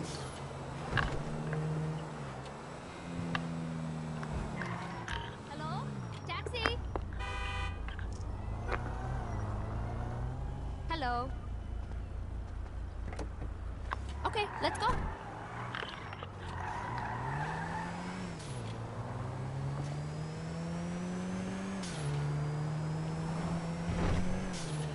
But yeah, basically nothing fucking changed at all with Trilogy when I put it on Steam. It's literally the same shit from the console. No bug fixing or anything, apparently. That's what I've heard. At least I'm definitely one to believe it. When the rumors first fucking pointed around, I was like, yeah, they're probably not gonna fix shit with it. They'll probably just re-release it or something. Quick band or some shit. Like, yeah, that's what most of the community thought. Fortunately, it was right, apparently. Like, bro, like, I'm not surprised at all. I'm just surprised I'm not surprised they did it, but it's fucking laughable. They have the fucking audacity to re-release that already disastrous fucking game. And oh, it's on sale for $30 when it first releases, but eventually it's gonna be $60 apparently, like it wasn't when it first released on console, but at least when it first released there's a sale on it. I mean, shit should be $30 at the standard price, bro. They should have a fucking obligation to fix that shit when they fucking charge $60 for free broken ass games, though. I don't know, I guess that's $20 worth of effort on a game. I don't know. $20 for the shit show? No, that's like $5 effort no per game. That shit should be like Thank you. 15 Thank you so bucks much. at most. Maybe I'll hit the jackpot tomorrow, enjoying Los Santos Country Club, where I'll spend the rest of my life. This is dispatch. I got a job going right now. Okay, that's probably 8 fares.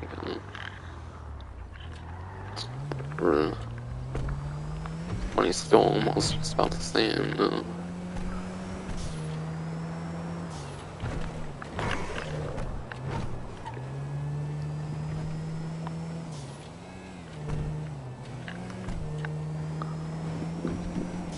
So yeah.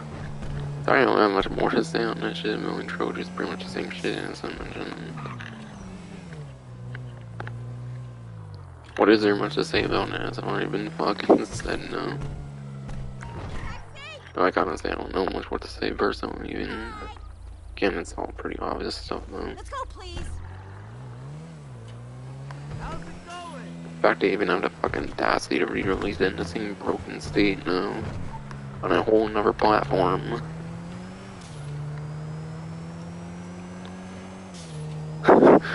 Fucking drip feeding them fucking trilogy releases too. Broken ass trilogy releases, they drip feeding them too.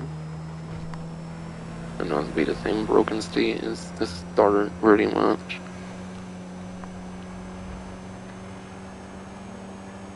Only thing gone is the crashing issues really. I would say.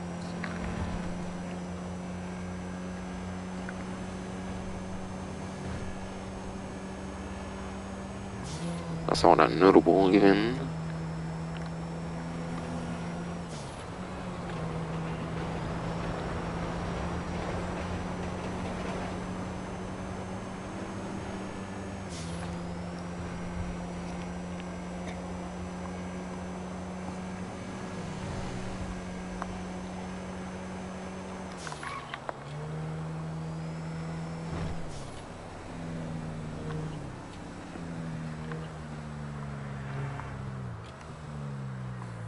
Thanks.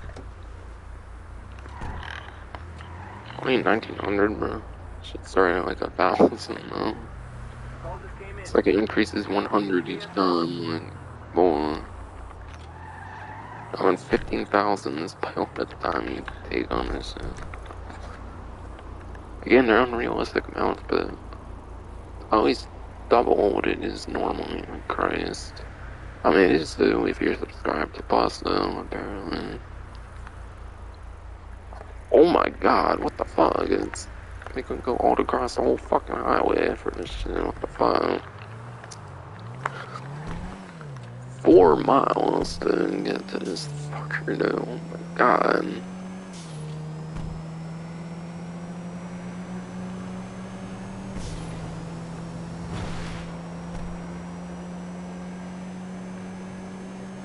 If I travel 4 fucking miles for this plug, then you better pay he or she better pay the fuck up though.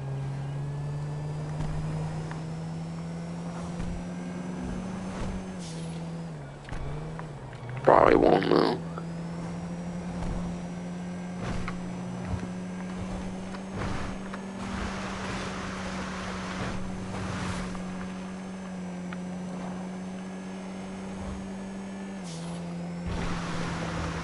Oh, and yeah. Cover fucking Rockstar L lately, apparently. Fucking PC stuff and PC stuff again.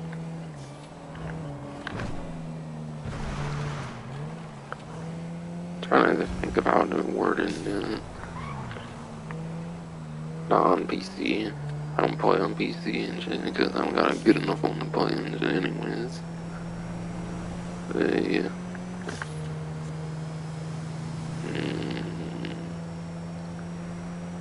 Oh yeah. People's accounts can be fucking corrupted now from a fucking mod menu, apparently. Yeah, Rockstar's got the worst fucking goddamn fucking security on their shit. On PC, if you're playing on PC, you should probably never touch PC again at this fucking point if you get if you have not already fucking done so. If you're on PC, you might as well play like a third-party GTA on. It's probably run a whole lot fucking better and shit. Anyways, since you have those modding capabilities on that shit, especially if you got a high-end ass PC for that shit.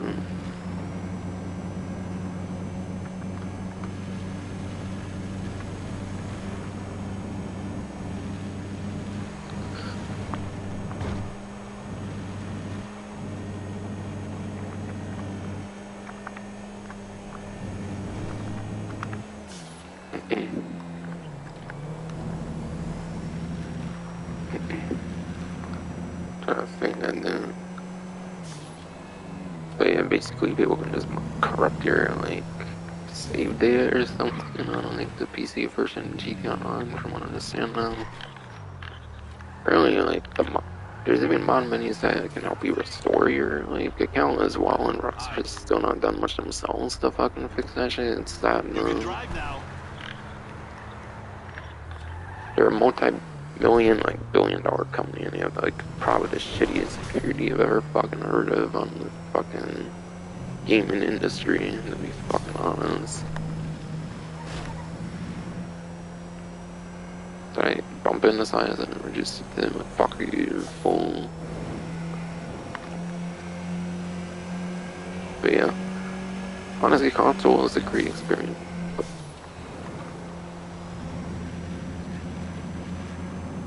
Never mind, something keeps showing up in my fucking way.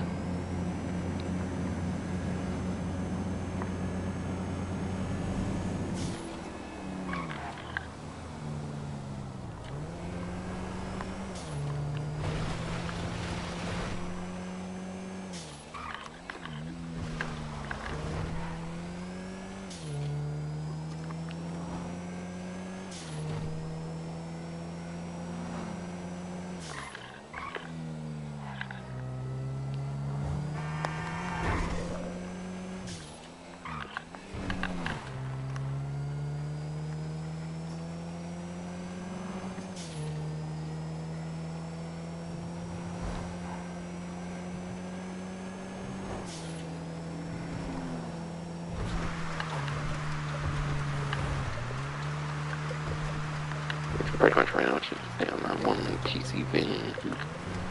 To be fair, all fucking ready. You know what else is there to say?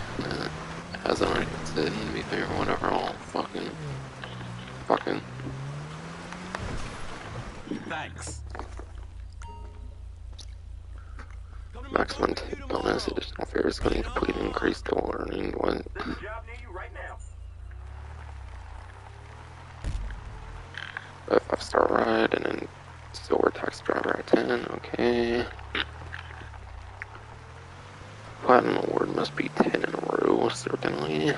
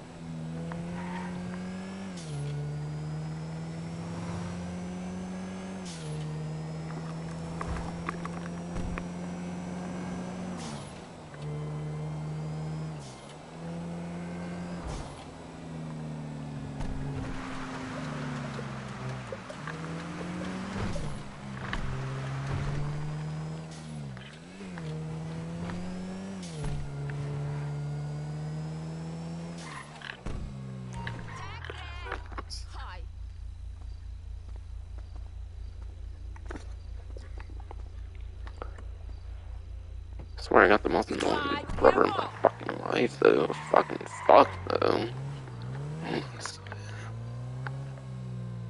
But yeah. I swear when I did tennis, I reached a maximum tip multiplier or some shit. What the fuck? Looks pretty much just about the same in my opinion. You have reached a maximum tip bonus. Additional favors can be completed to increase your total earnings. So, maximum tip bonus Go! Go! capped out when I hit 15,000 for 10. Are you fucking kidding me, bro? No, I'm done then. Fuck you. You can get your own way home.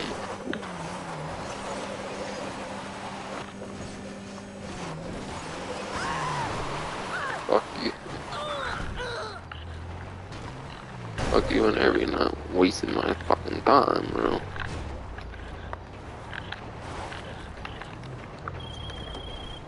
Shit, I might as well pick up my pocket money since I have like 15,000 in that pocket anyways.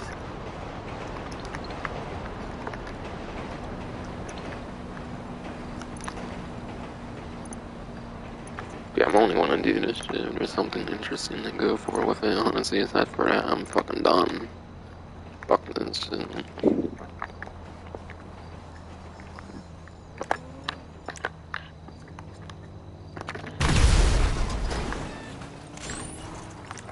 There, I didn't do that too.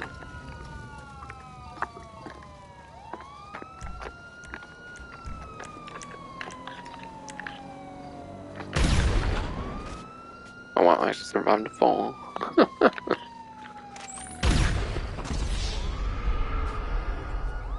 That's probably the first time I survived the fall. Which I already knew was possible, but yeah. Trying to fall is what actually kills the max health player, apparently.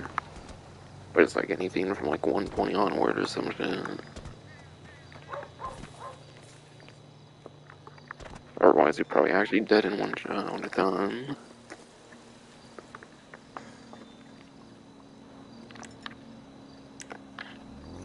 Wait, what? A shot, and I got my bullet back. What the fuck?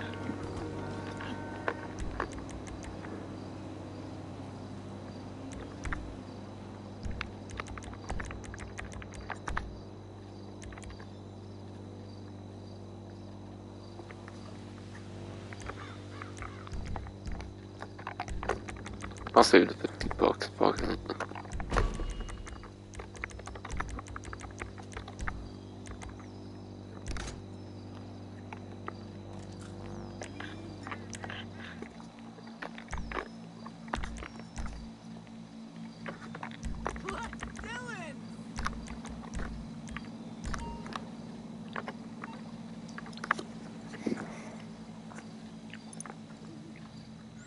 Yeah, there's my trade price.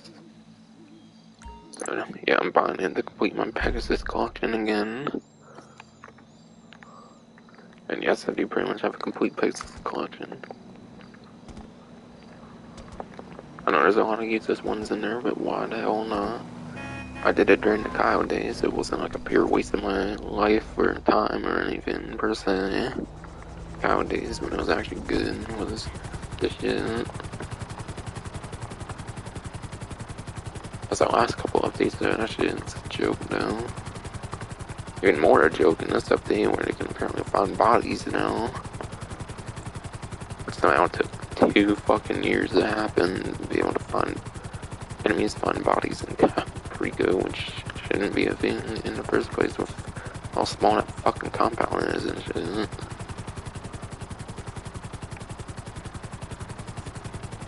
This fucking game, not everything needs to be fucking realistic there, goddammit, no. Not that it already was there or anything, but yeah.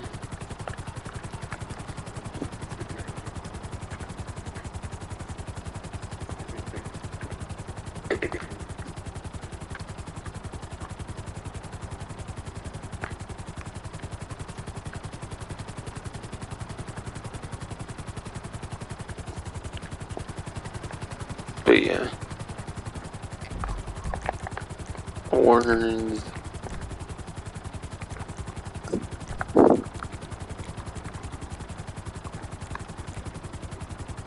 But yeah.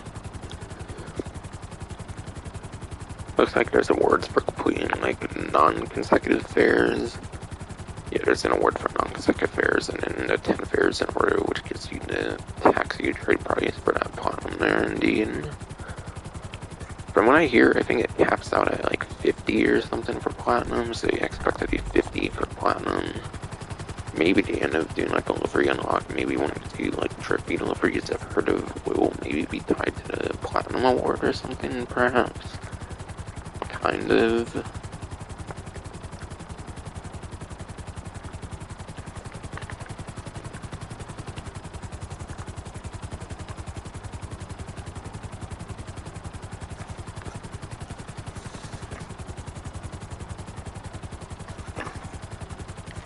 Yeah, I think I'll mainly just mention event stuff and like discounts and stuff from here that have yet to be covered.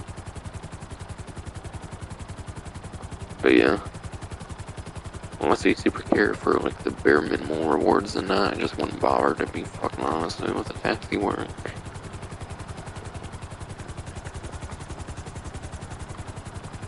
Even the ones in 3D universe are significantly more worth.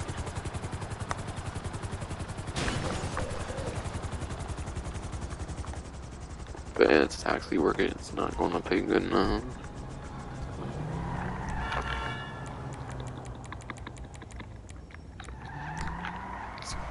God damn it. Constant fucking export vehicles. Not gonna pass up an export vehicle, and that's more of the tuner rev that goes all the way up to 1,000 for some fucking reason. Seriously.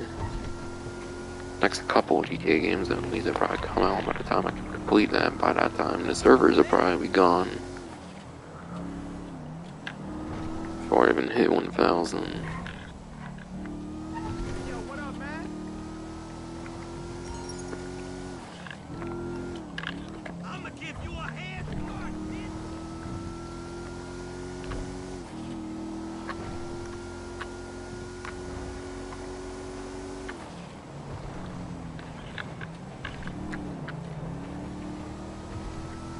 But still, I want like as much of the like specialty clothing there as possible and whatnot.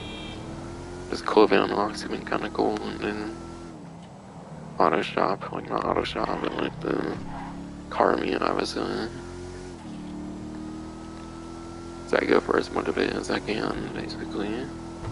As long as it's not like too much out of the way of like what I'm intending on doing, but when I'm just talking about stuff and whatnot at this point, I don't really care, I'll get it.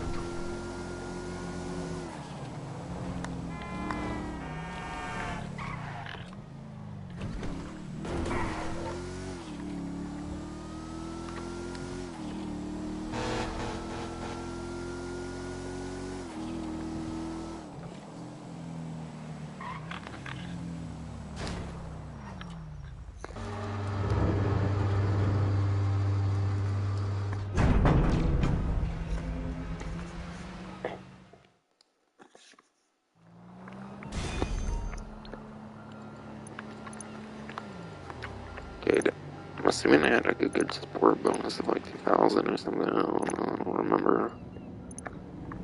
Because that's such an exact number that I clearly put the taxi money in the bank.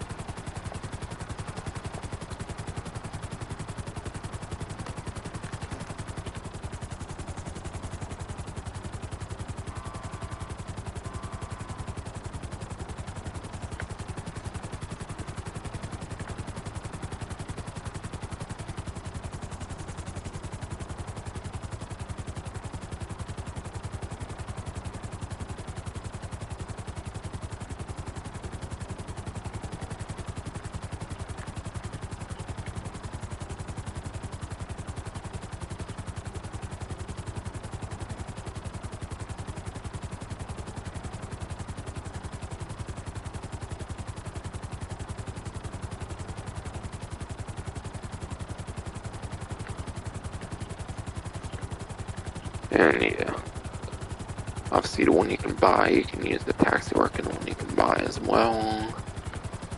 For the taxi, since I'm reading free newswire stuff right now, if it weren't obvious. So you kind of have three options. You can either use the one you can buy for war stock, that red one from the arena you can unlock, and then you can go right to the place if you don't want to buy one as well. I would say really buying the taxis more just for the convenience. For the new one they put on war stock for the Pegasus version that you buy, I would say that one's more for convenience sake. Going to the place obviously pretty much limits you to one like starting location, so it's not necessarily always going to be the greatest. The other one is obviously going to be your pretty much best option.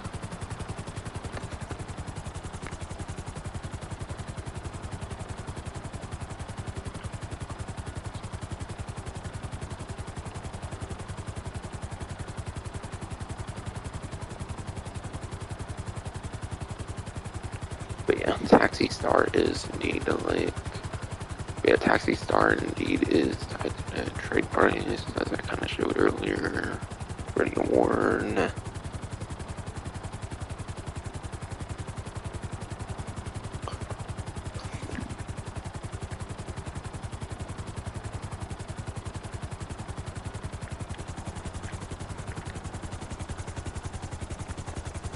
Alright, but yeah, I want to show the like fast travel you can kind of do with the 9th gen versions of the game only, apparently.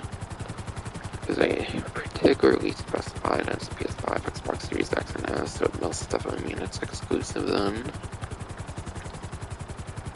Honestly, when I first heard about it, I thought it was going to be exclusive to the subscription, but you can actually use it even without the subscription, but with more restrictions now.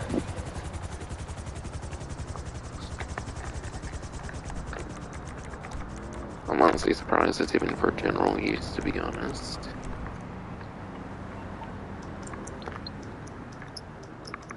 And yeah, I forget if this was always on here for the contact. I assume it was. I assume it was always on here. It was just like the single player taxi without like the instant fast travel feature now. Oh, you need fucking cash in the pocket for that? Are you fucking for real, man? Why? Why can't you do that shit with the bank money? That's just stupid, no? Well, I guess I'm using the withdrawal feature. Whoa. Is that actually, I think to use that you need like 1,000, so hold on. If I heard correctly.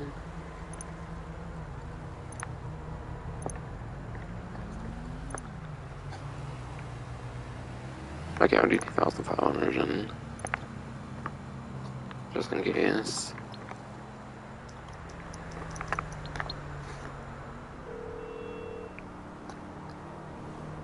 A car will be with you soon.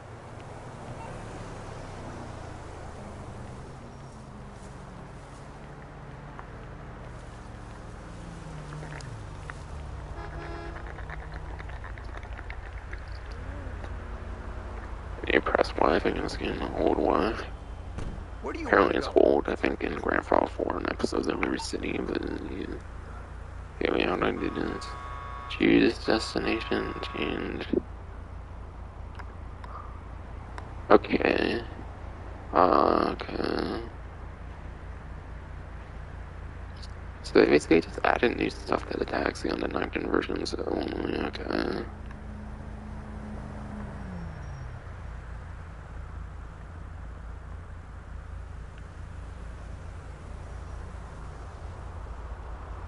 Honestly, I didn't even know there was this many like different things on there, to be fair. For the online taxi. I didn't know you could actually go to your unique icon things here. I thought it was kind of just the same shit from story mode, not gonna lie. Not that it was really ever worth using much, maybe until now, kind of, yeah.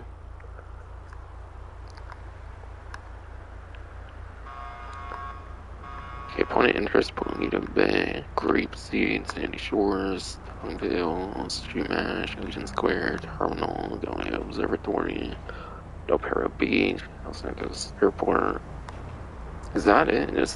They just added 10 new like point of interest. What the fuck? I mean, I guess when you use the point of interest feature in the like actual like map, I guess technically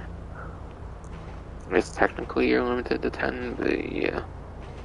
I assume you can't like do custom ones with like the custom waypoint feature. I kinda wanna see actually. I assume you can, obviously, you know, it'd be pretty overpowered and broken like I said. Okay. It says I lead an island there, so I assume if it works at all like that, then it would stay down.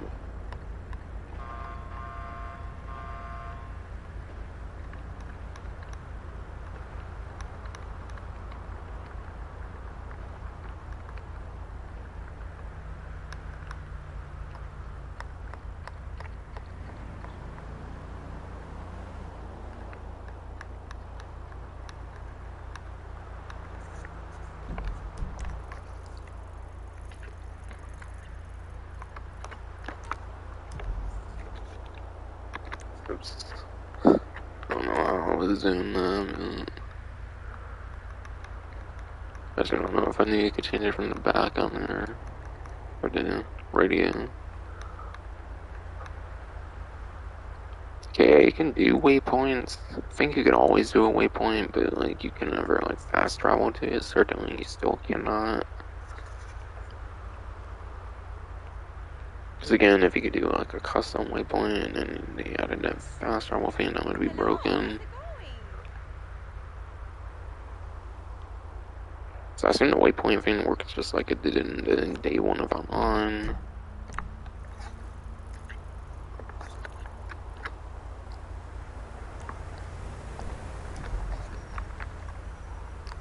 I keep accidentally doing the D-pad instead. Like it's in doing the taxi, I'm not usually in the taxi. See, where do I kind of want to go, to be honest? So I'll go to the airport, fucking. Sure thing, my friend. But yeah, I did not.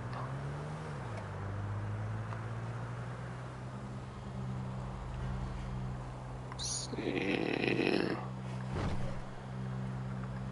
A good waypoint, maybe if it's.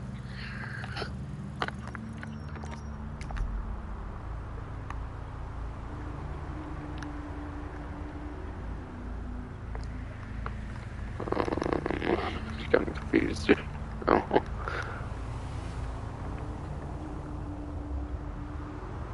Okay, not going to be a problem. You're Yeah, paying. hurry, stop, change, exit, yeah. So obviously you can't do it with customs. Again, if you could do it with custom stuff, that would be broken, as I've explained.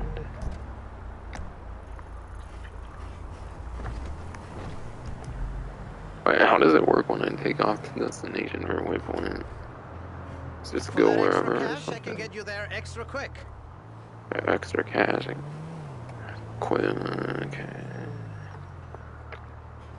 Kinda clusterfucked again, because I never usually use this shit. Or... Okay, we're gonna take a Not a detour. problem, you're paying. Or, problem pay. What the fuck?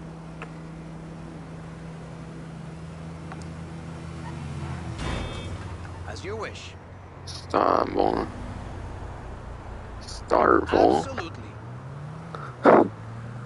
Skin.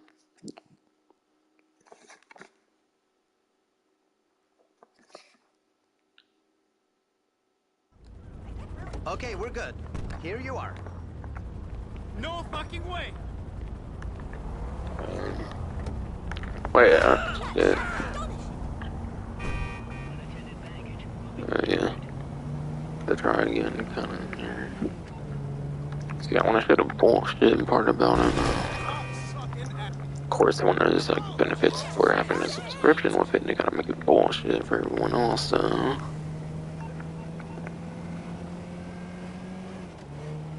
Yeah, when there's benefits on this with having a subscription from the get-go, they obviously have to have bullshit restrictions for everyone else, so.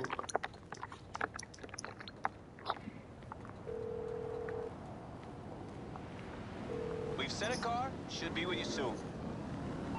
It better be your soon, boy.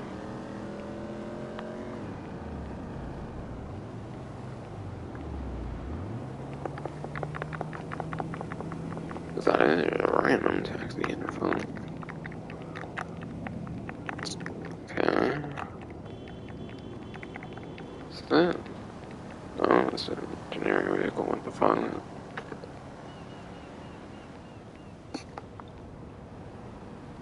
Where's this fucking taxi is? Oh, it's probably in. It probably just skipped past me or some shit.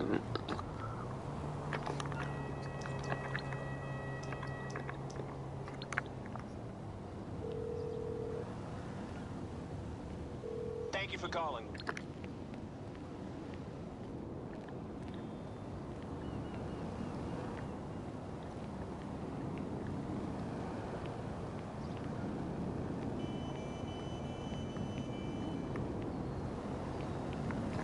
Okay, what the fuck? Is it because I canceled out of it, or what the fuck?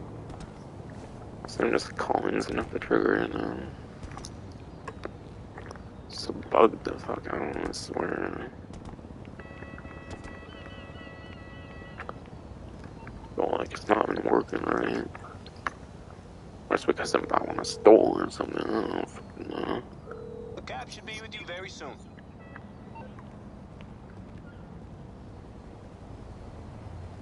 I don't know, maybe that second time was because I canceled out of it. Who wants to hear that shit every time for their fucking controller, so that's kind of bullshit, Where do you want to go? Okay, let's go. Yeah. There's a short cooldown before you can skip the destination again. Plus, members can use this feature more frequently. To say short cooldown, but really it's not fucking short. Okay, no problem. It's a 48 fucking minute cooldown from what I hear, which is pretty crazy.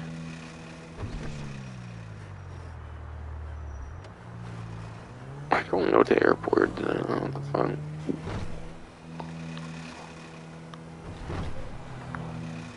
He's like going outside of it, what the...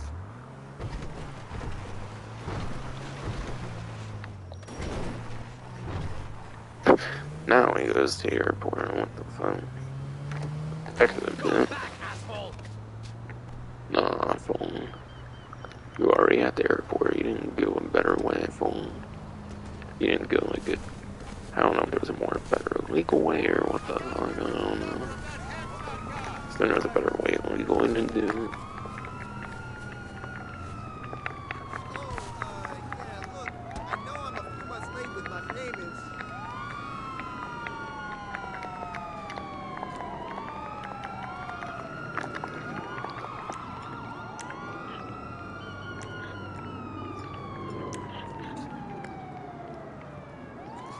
But yeah. On a newswire, they say the subscription people have fucking 5 minutes before they can use it. 5 Hey, what's minutes. happening? And non-subscription people have 48 whole fucking minutes to wait. It's bullshit, Like, why is it such a huge fucking difference, though? Like, you don't get to do an exact location. I don't understand why it's a huge fucking difference, though. Who fucking makes these fucking design choices, though? Who the actual motherfucker makes those fucking design choices in the first place, though? No plans this weekend, unless you call smoking some fine weed. Like, shit, there's much better fucking fast travel, and you can even use on the fucking 8th gen fucking versions.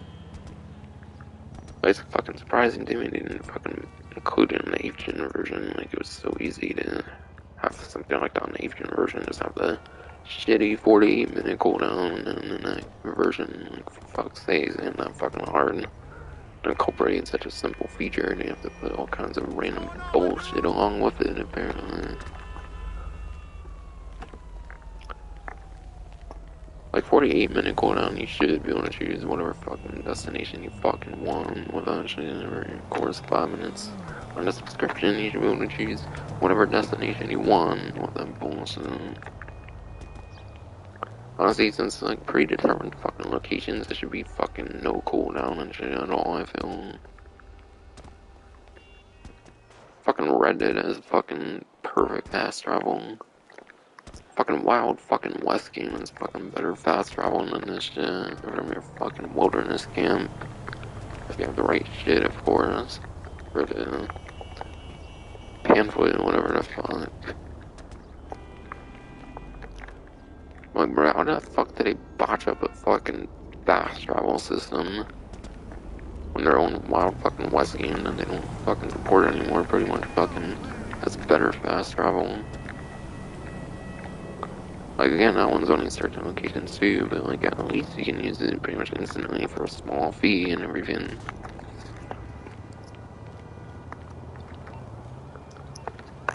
Oh, let me show other fucking fast travels. You can request a fucking luxury helicopter for fucking 5,000. It sounds a whole lot more fucking worth it, and granted, spawn locations are much more limited. I think it's pretty much just CO stuff in there. Like, think of your office warehouses, your actual office, maybe your vehicle warehouse. That one's only like certain like office like buildings and stuff. But still, with a fucking helicopter, doesn't spawn that far from you and stuff. Apparently.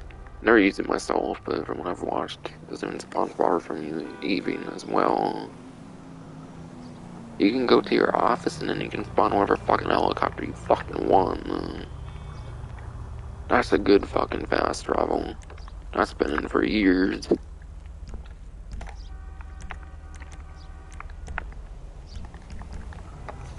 Oh. You could even use the free fast travel where you use certain spawn locations. That shit is much fucking better. It's the best fast travel. When you're playing alone and invite only, that shit is fucking perfect though, if you want certain places and shit. Obviously, your point of other people most definitely don't fucking do that now, but yeah. Probably been another better fast travel I can't think of at the moment. Hell, even the Kasaka fast travel is more fucking useful than that shit. And that's not even bad fast travel, the way I'm saying it kind of just but it's not. It's great fast travel when you're doing your cow pre-ice and shit. Oh, for one that's probably not used much, even yacht fast travel is probably fucking better than that shit. And the yacht one you can even get cheaper with the fucking missions and shit that were added with Santos Summer Special. Yo, Santos Summer Special and the yacht missions, I think make your fast travel cheaper even. Like, yeah, maybe it's still like 10,000 or some shit, but like, fucking Christ, it's better. Kasaka one's even like 2,000 even.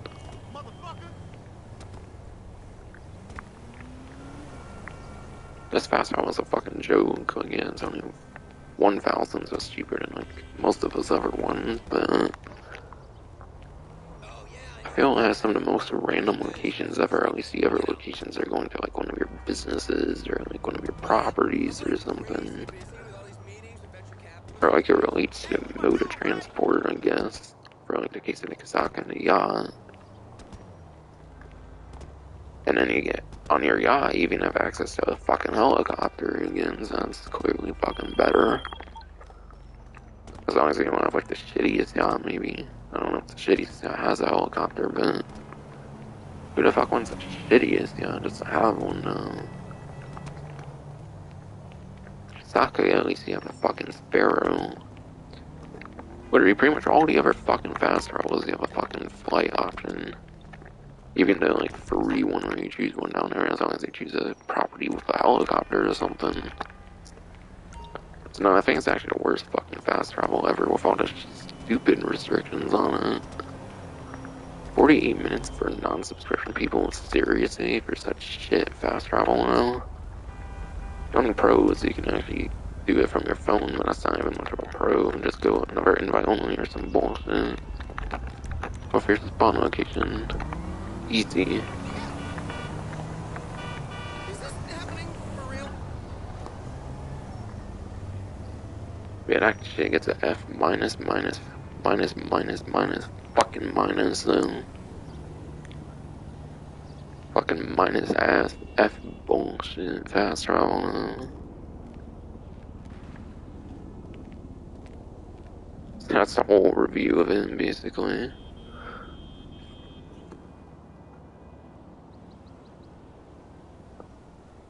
Honestly, you HN PS4 people, you ain't missing shit and whatnot. Xbox One people too, and PCs, and they haven't got expand enhanced somehow. Almost a year into it now.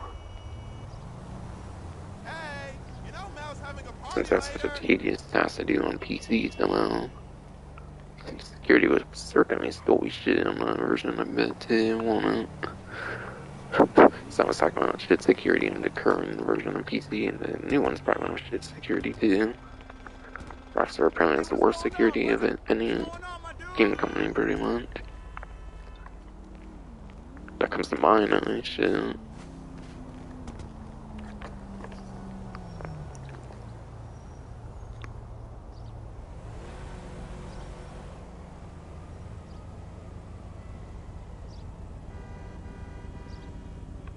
But yeah, let me show off the mask, I haven't done that yet.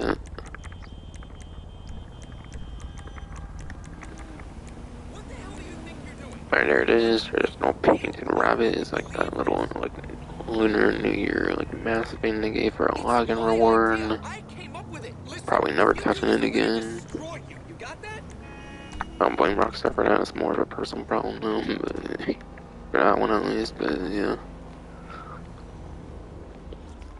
But not a fast travel, that shit's clearly shit now.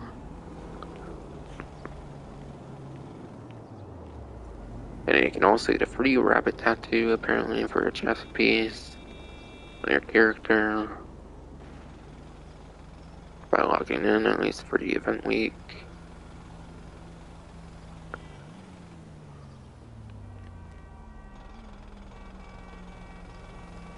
And if you log in for the event, you also get $188,888.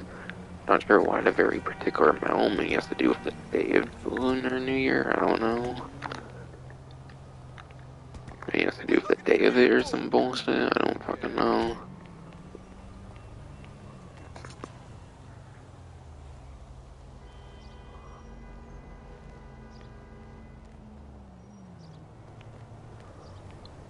I don't know, I'm trying to think. Fucking Pokemon Go Lunar New Year event, I think that shit was like the 19th or the 18th, so maybe like Lunar New Year was on the 18th, so maybe that has to do with the 188,000, 188, I don't fucking know what the fuck else Hello. that number can do with that. Just a guess, I suppose.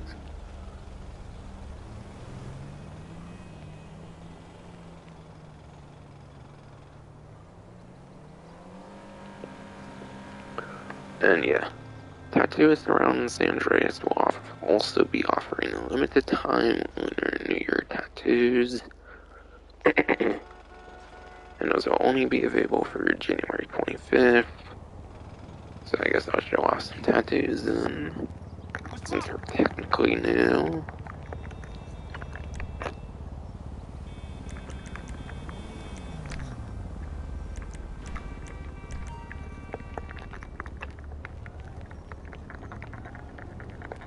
Hey, what's up? I got cut by my own knitting needle last night.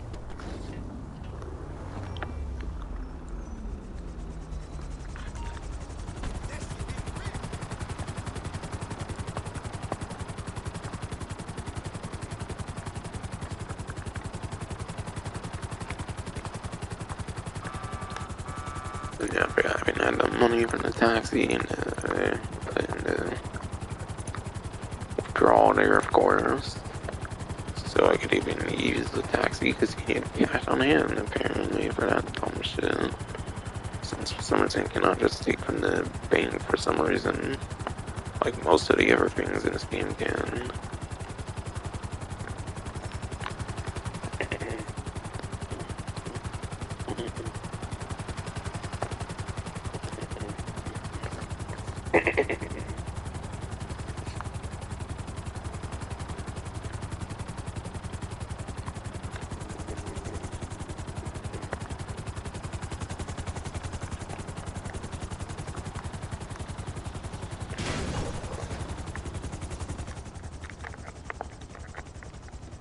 Greetings. We don't pierce taints. I've done all these 100 Okay, they're times. I'm all... good at it. Alright, they're all, like, chest tattoos, okay. It looks like... And yeah, these are, like...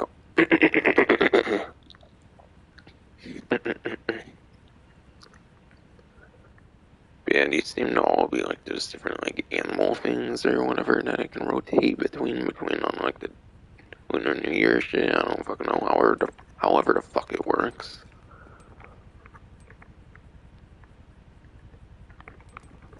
Tiger, horror.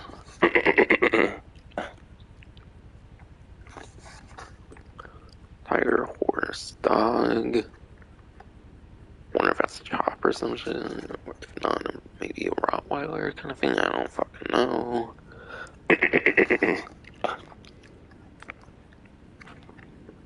Rooster, pig, ox. The rabbit one you can actually get for free.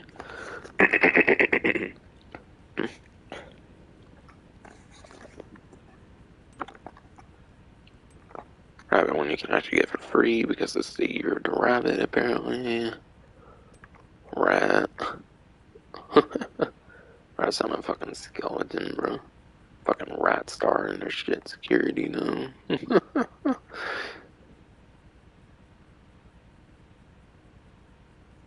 Wait, there's a rooster for cock star on this shit.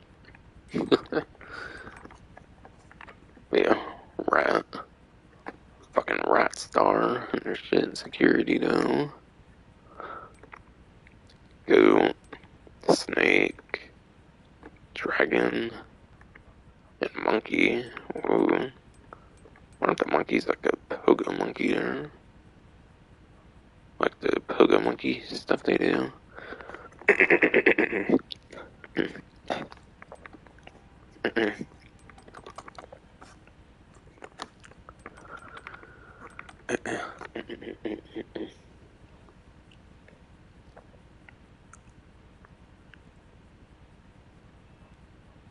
But yeah.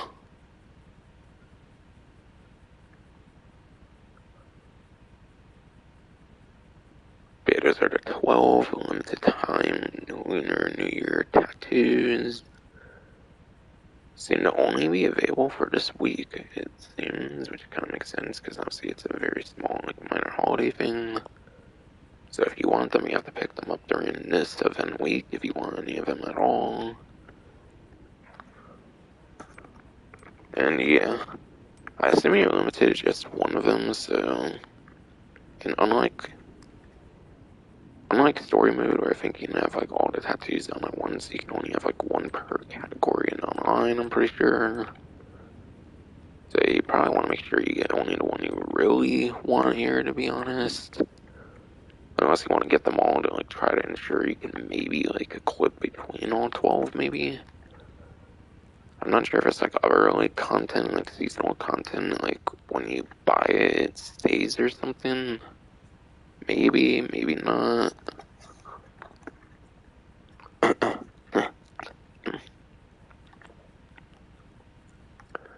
I know like vehicles, if you buy like holiday, like festive vehicles, they'll stay like on the website, I think. Even after, if you buy it. Wouldn't be sure about these though. Maybe if you want to collect them, you might want to just buy all 12. Or like 11 really, because the rabbit one's obviously free. So that's my one currently on my character. I might get the rabbit one just for keepsakes, just to make sure.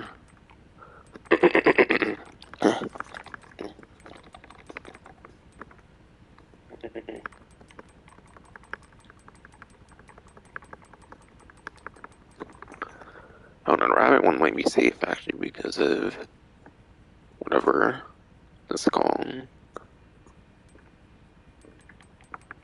Wait, the rabbit one might be safe because it was like a free login reward, so maybe I don't have to get it just in case, I guess. I need the cash.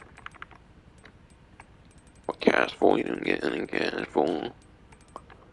That's art right there. I had to rebuy it for 100 even. Be good. I just took out for like 5 seconds. I had to rebuy it, whatever. I mean, I guess in real life that makes sense, but it's a fucking game, bro. Come on.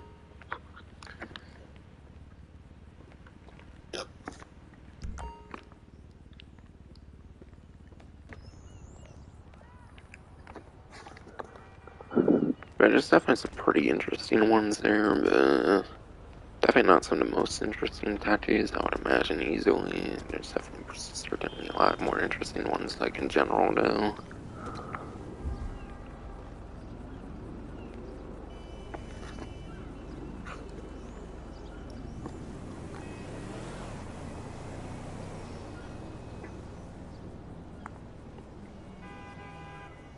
Damn, those are perfect for my Akuma.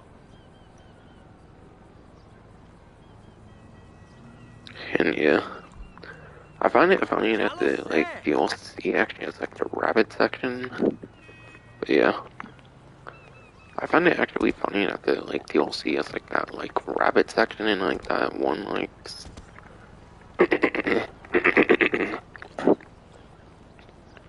Yeah.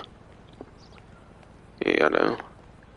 It's the fourth, like, first dose mission, the uncontrolled like, substance one. I find it funny that that has, like, the rabbits pretty prominent in there, and then it was timed very well with, like, Lunar New Year. I'm sure they knew that, and kind of certain that's probably why they kind of, like, had, like, a rabbit thing going for, like, the drug war DLC, because it was kind of around that time and stuff.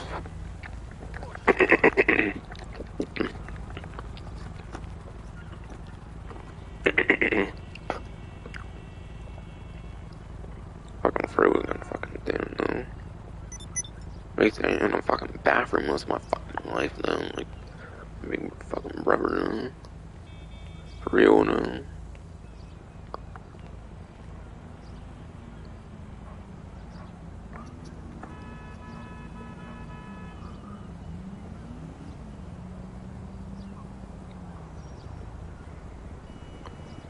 Alright, and then below down on these wire just refers to like the hard mode of anything that's continuing on and everything.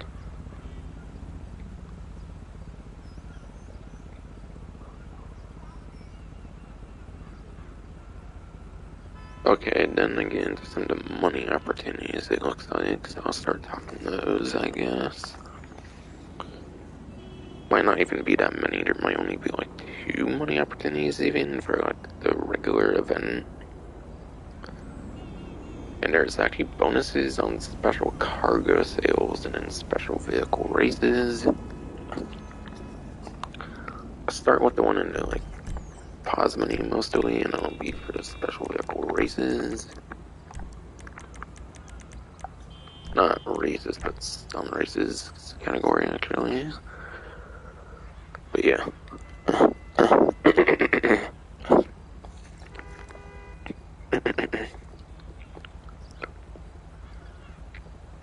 We have Blazer Aqua and Deluxo.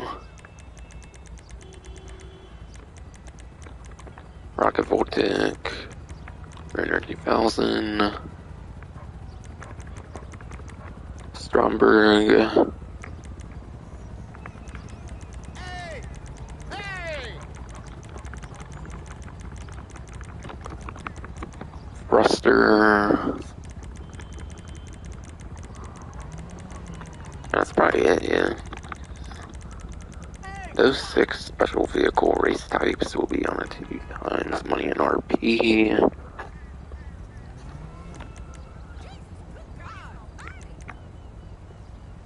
And yeah, I don't think the races pay out any different from any other race type when it comes to these like special vehicle races. I assume the race payout's pretty much the same as pretty much any other race type.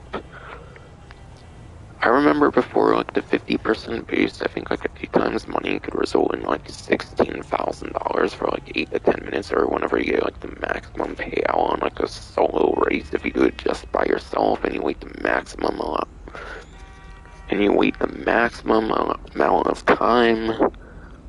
So if you're doing a race by yourself, you purposely wait the maximum amount of time for the max amount of payout for a race, which might be like 8-10 minutes on a race if I recall. Then yeah, I think it was like 16,000 before, but that was before Chrono Enterprise. Chrono Enterprise onward, the payout got boosted another like 50%, like as a permanent like boost. Hey, pal. So scale it on 2 times, you might be able to make like 24 to like 25,000 if you purposely wait like for the maximum payout, which is probably one of the more reliable ways that you can make some good money in terms of a race. Otherwise, it's gonna be like really competitive, and it's not gonna be the most like predictable thing in the world. So, not really the greatest things ever for any race. I really like the most you would probably make in like a good race would probably be like $100,000 or something.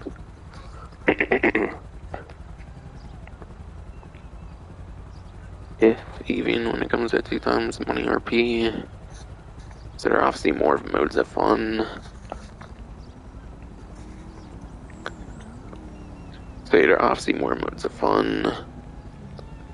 Not for like modes for money making. Something to note though is that these special vehicle races will probably begin vaulted in the month of February. So once February comes around, expect the Thruster, Stromberg, Deluxo, Ruiner 2000, Rocket Voltic, and like the Blazer Aqua races. I think I mentioned all 6 correctly. Expect all of those to go away once February comes around. Because for some reason they vault those for some reason, but they keep other fun race types like Transform and stuff in permanently, so I don't understand that one exactly. I miss when they used to have like all of them in that one, so I don't understand why they can't just keep doing that like they used to, but whatever. If you want to play more limited time modes, then that's something. Otherwise, I wouldn't probably bother too much.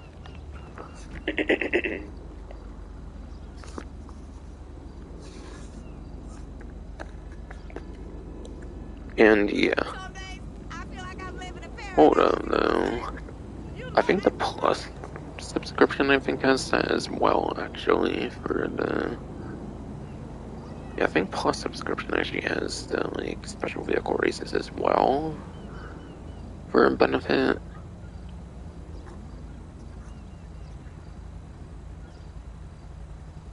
Alright, yeah.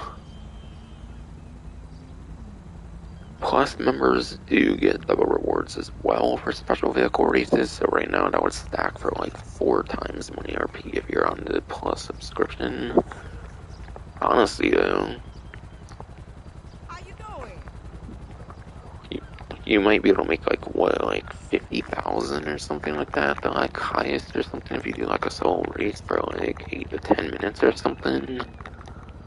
I don't know, you might be able to make like a pretty easy like 200 like 300,000 an hour or something if you like wait around and purposely like complete a race at the last moment or something, like good like few to several times per hour. So that's something at least, but still not very ideal though if you are on that subscription for the extra 2 times money on the special vehicle races. And who knows if the like subscription actually having the special vehicle races, maybe they'll be around to like March or something, never know. So I don't know, maybe they won't vault them for longer than usual or something because they're tied to plus bonuses or something. Or maybe they will be vaulted in like February for regular players, but maybe like plus players might have to March before they get vaulted again or something. Who fucking knows? Since they vault content now, and vaulted content's actually a money opportunity for plus this time for some reason.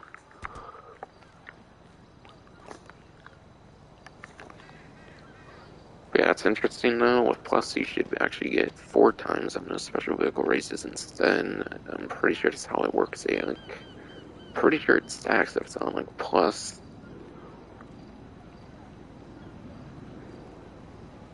But yeah, that'll obviously only be for 1 week though. Once this week ends, then it'll be 2 times for plus though. So you can only make some pretty serious dough, I would say, if you're plus really for that now.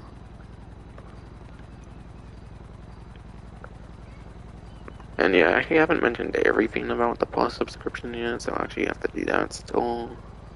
As far as I know, at least. Might have just mentioned highlights so far in the Plus stuff.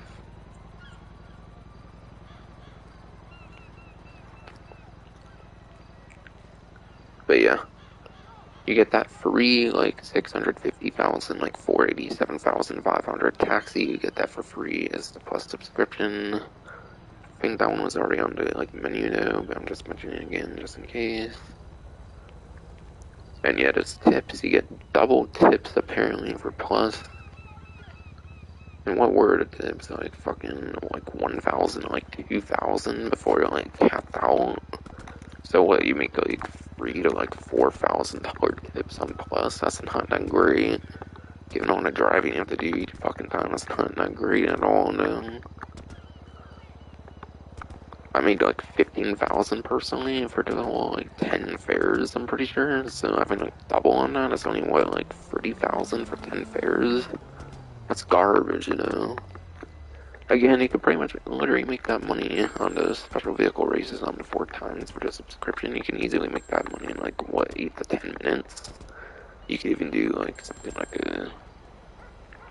you could even do like VIP works and get that kind of money really ridiculously quick. From what I was seeing on Twitter, people were pointing it out, and I very much agree with that. I totally agree with that statement.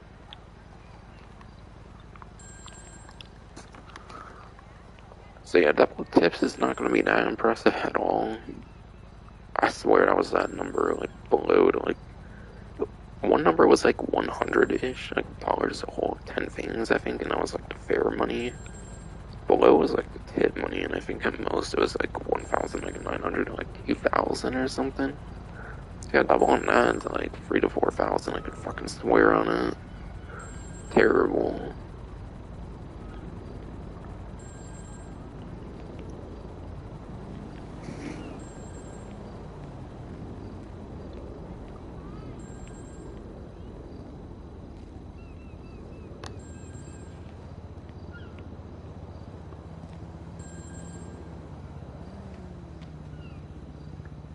And yeah. For Plus members, you can skip that $1,000. That's free for Plus. So instead of paying like 1,000 per skip, it's free and nothing that significant. Again, I don't recommend the fast travel. Literally, like every other fast travel, I think is literally a better option than the captive fast travel that they added now for the 10 particular locations. Those 10 particular locations, I don't feel like are going to be the most impressive thing for the most part. Your points still low just in violently, constantly. And then otherwise, you can just use like your Kasaka, your yacht, all other kinds of options that are like aerial related and give you like helicopters you can use and stuff. As I was mentioning.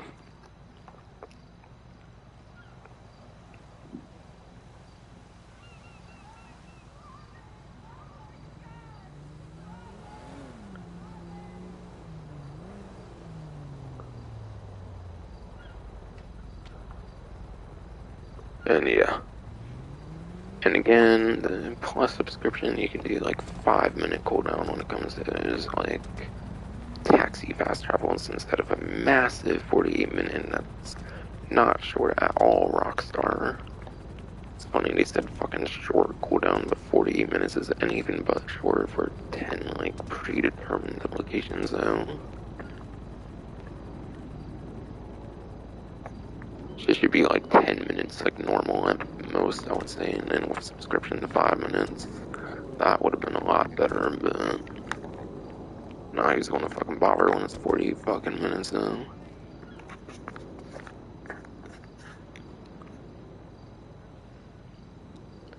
And yeah, the chameleon paints, I mentioned the white prismatic pearl one, I mentioned that one with like the Sterling GT, that was most likely the white prismatic pearl.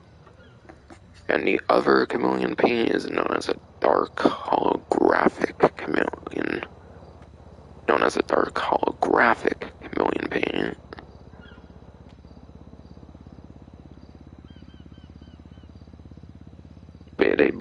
definitely sound very interesting, but it sounds like you'll only get them in the subscription, which is unfortunate. They should have been free, I feel, for the subscription, and then like everyone use them for a cost, I feel. Would have been a much better way of going about the chameleon paints instead of making them like flat out exclusive. But guess you can't really tell Rockstar shit though. Guess you cannot really tell Rockstar shit now, I guess. They just do as they please, even if it's significantly like inconvenient.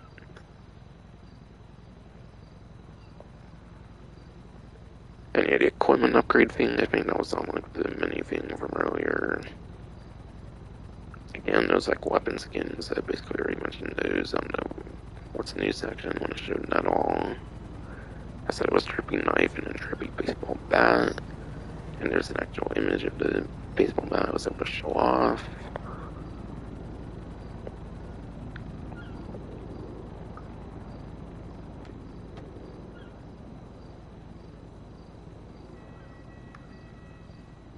But yeah. And I said that the like blip shows for Plus members, that is indeed true. Since I am on the newswire, I can indeed verify that it is indeed true. And it wasn't just something I was thinking. So yeah, if you have the subscription, you don't even have to find the gun van, it will be marked for you. Otherwise, you gotta find it. And the best way to do that as a non-subscriber, obviously, is to use like a collector kind of map, similar to what I mentioned a lot on Reddit Online. But for GTA Online, where it would mark that kind of thing every single day, when it moves and everything, on your like preferred search engines such as Google and whatnot.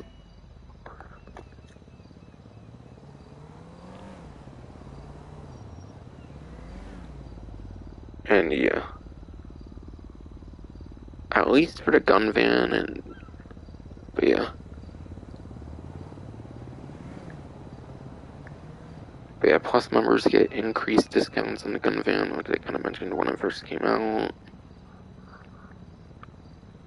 I'm kind of going to assume that might be a more permanent bonus thing tied to the gun van, maybe not, maybe just for 1 month or something. But yeah, at least for this month, there's 40% off the retail cost of body armor for the Plus subscription. Sounds like it might be exclusive to the gun van, so you might have to go to the gun van for your body armor to get the discount for the Plus subscription. Or maybe it's a general armor discount, you can maybe do it anywhere. But for sure, at least the gun van. So yeah, body armor is cheaper, which isn't most hugest thing, but still.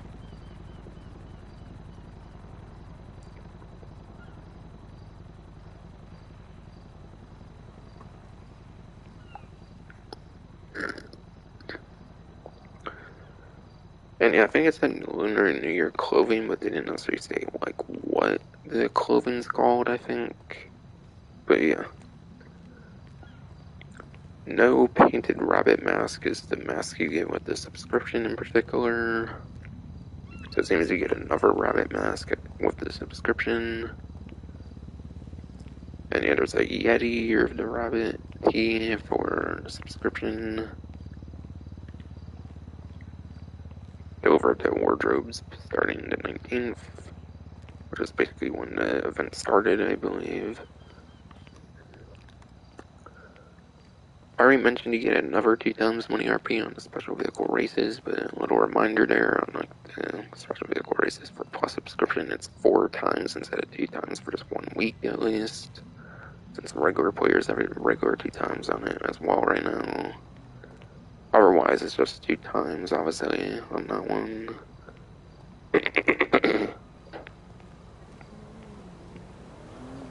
And then, yeah. Last thing I don't think was mentioned whatsoever. Plus subscription will get free drinks at all bars and then free members parties at the Master Penthouse.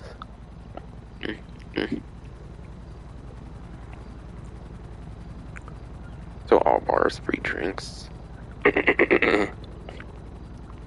Free drinks, all bars at the places for subscription people. free members party for Master Penthouse. Just a bunch of small stuff there. And aside for everything else I mentioned, it's just your typical stuff you get for free, like the CO abilities, that's been a thing for a while.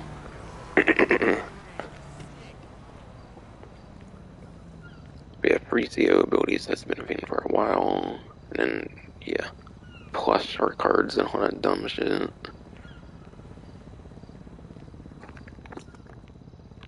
But yeah, they're doing more exclusive cosmetic things, so in a sense I kind of feel the subscription's starting to be kind of more worth it. If you're big on some of like the exclusive like melee skins and stuff. But yeah, we have some of it for fucking regular players as well though. Like, come on now. Don't like gatekeep. Don't gatekeep. Don't gatekeep like all of the fucking cosmetics for like a certain type to subscription. Regular players should get some new chameleon paints as well. Chameleon paints I feel shouldn't just be plus exclusive from like here on out. No masters of deception will contain me! And yeah, regular players don't even have like one like weapon thing.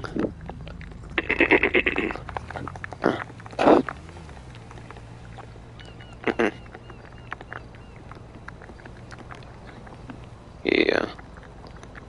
And yeah, regular players don't even have like one like weapon thing for the like melee weapons for the weapon skins either. But yeah, no melee weapon delivery for like normal players either, it seems. Damn, did this helicopter get all damaged or something? I don't remember it being damaged before, but okay. Not sure about traffic or whatever though.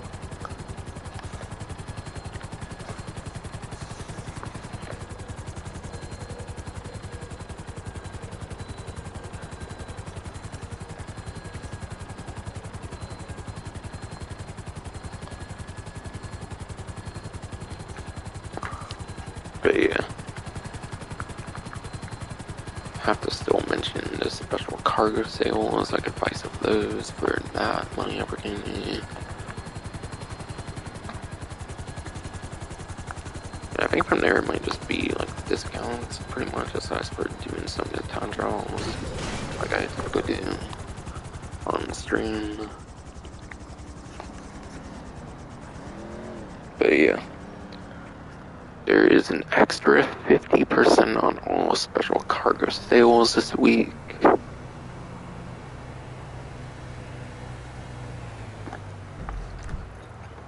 So yeah, your up to 5 warehouses here will be 50% more for the event.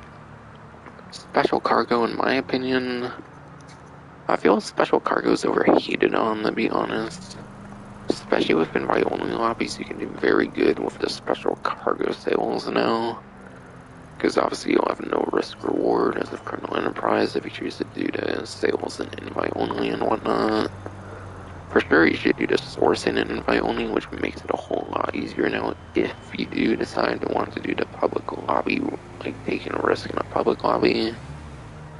Where you get like the 2% high demand bonus instead of like 1% per player. But a high demand bonus apparently goes up to like 25 players, and that will be like a 50% since it's like 2 per player.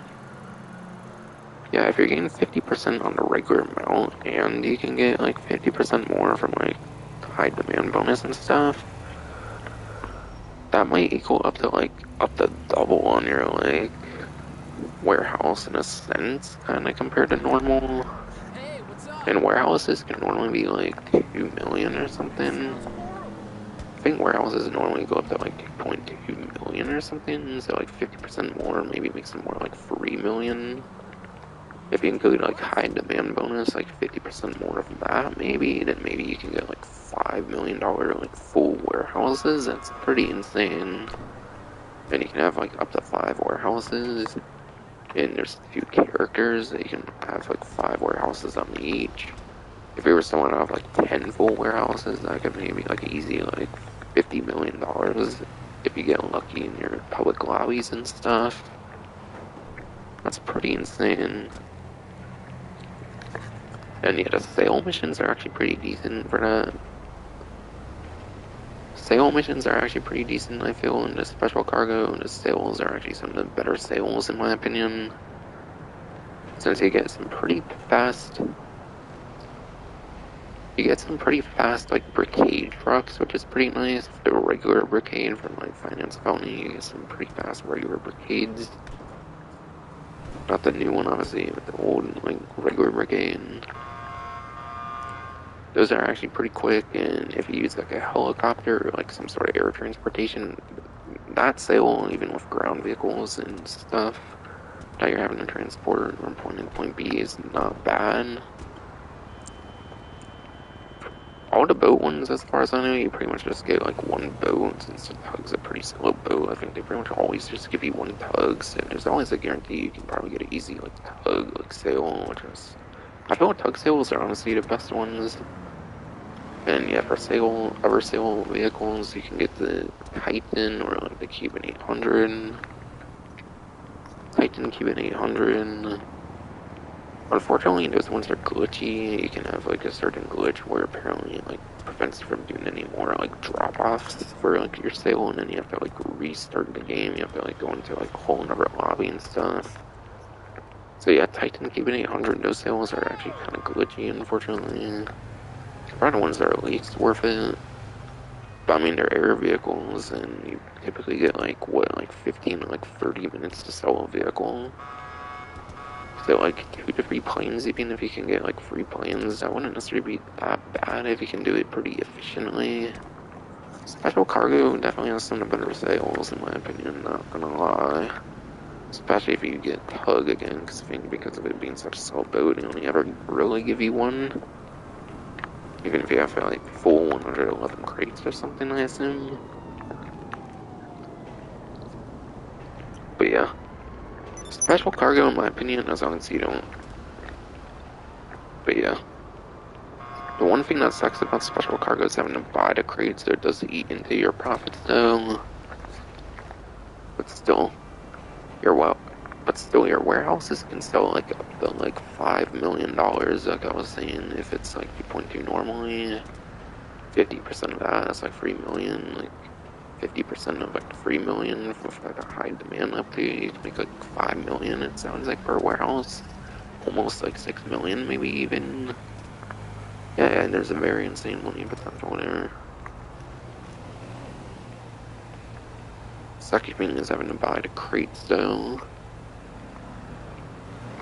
But you have the people that can source them for you now as Eternal Enterprises, which is awesome. Definitely don't sleep on this special cargo for 50% more.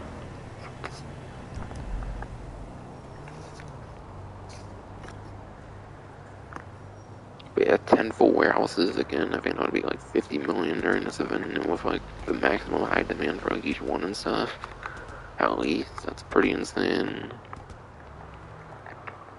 With 10 full warehouses, 5 per character, kind of.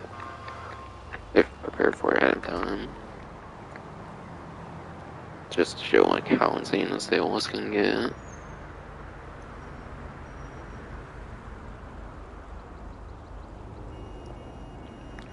But yeah, I don't know. I don't think there's anything else I can think of for like mentioning how like good or bad it is.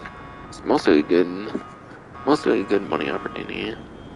Much better off than your special vehicle races for sure. So if you had to choose just one of them, definitely make it special vehicle. Like definitely choose that special cargo over just special vehicle races. Obviously, easily any day of the week. Would you call in a refill on the blood pressure medication? Just in case. Thanks, Doc. See you in a few weeks.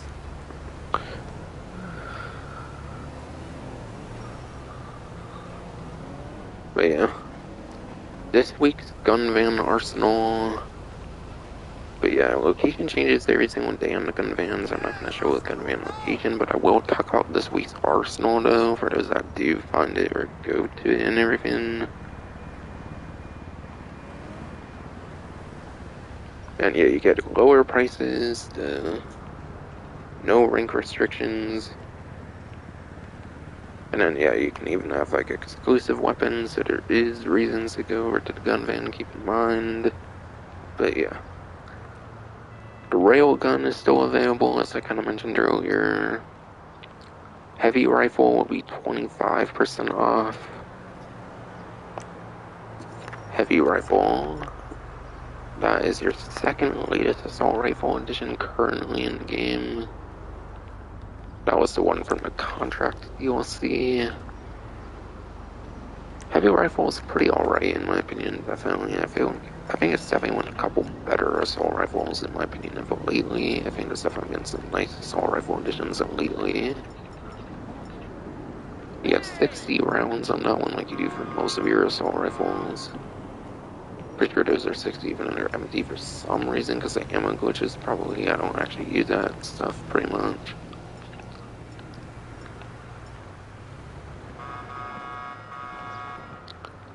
Definitely better off than a military rifle, that's 45. Oh yeah, these ones are 20 because that's special ammo, that's right. It's actually, maybe these would be 20 as well, actually. So honestly, it's better than Mark IIs with special ammo types. It definitely has the advantage over military rifle in that case.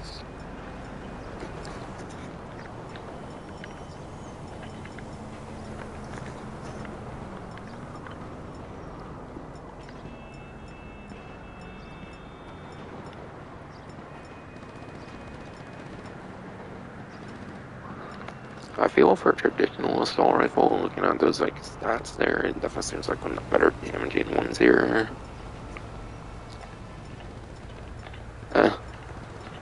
Fire rate seems on the lower side, definitely. But yeah. Fire rate definitely seems on the lower side, which is still definitely a very nice fire rate regardless.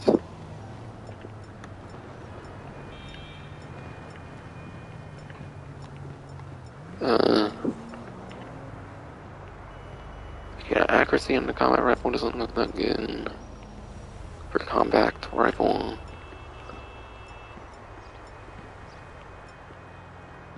Might be slightly on the lower end of the accuracy stat. They're assuming that's accurate even. Because the in-game stuff isn't necessarily the most accurate. And yeah, the range.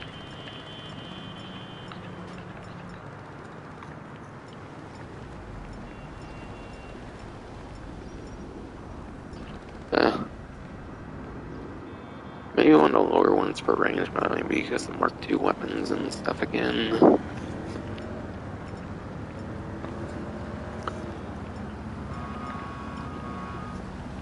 I don't know. I mean, it's not a bad assault rifle at all. It's kind of just a very typical weapon there with the assault rifles. It's kind of just a reskin of a lot of the other like assault rifles, like the advanced rifle, and like I think it's very similar to the advanced rifle in some sense. I don't know. I feel it's a slightly more damaging advanced rifle and stuff, perhaps. An advanced rifle is pretty good. It's definitely a very nice weapon here, no doubt. But the service carbine with the crazy like fire rate on it, I feel very much replaces the heavy rifle. So unless you want to collect all the weapons, I feel the heavy rifle's not the biggest thing to want to purchase anymore. Definitely with this new service carbine. But regardless, it's a very nice weapon, very fun weapon to use. One cool thing about it is it has the livery on it. It's like family livery on it. But yeah, it has a family livery on it, so that's pretty cool to decorate the weapon at least. So at least you can make it look interesting on like the service carbine. Which actually that doesn't have a scope. Heavy rifle actually has a scope on it, so that's something.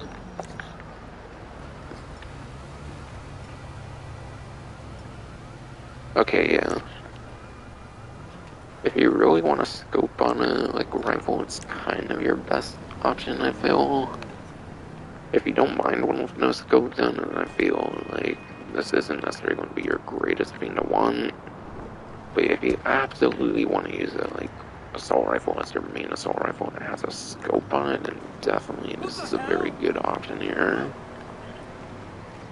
And again, it looks pretty compared to most of your other assault rifles, kind of, since it has a very exclusive livery on it that pretty much no other assault rifle has.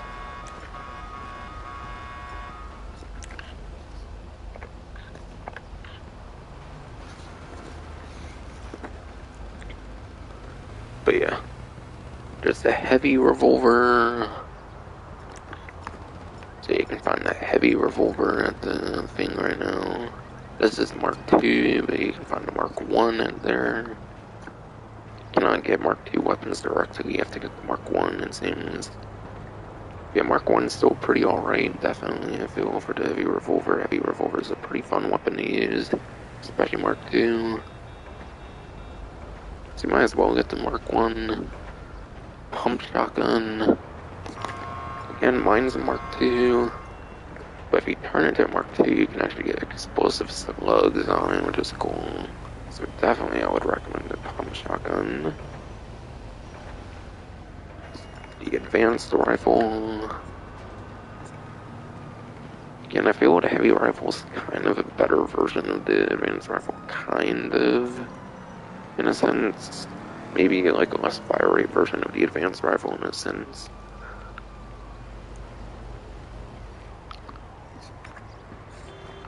For a more exclusive weapon, there's the up and atomizer, and that kind of requires explaining. But yeah, the up and atomizer, that's an alien weapon that can like flip things over. You can break like fences and stuff with it. It's a very nice utility weapon. Lets you make vehicles back right set up. Lets you get places you wouldn't be able to get as easy otherwise. Very nice utility weapon here for the up and atomizer. But yeah, that will be 40% off, but that's only for Plus members. So if you're in the Plus subscription, you get this 40% off. Otherwise, I assume you can still get it for the gun van, but it will be like full price if you're not on the Plus subscription on 9th Gen, or obviously that'll be your only price option on 8th Gen.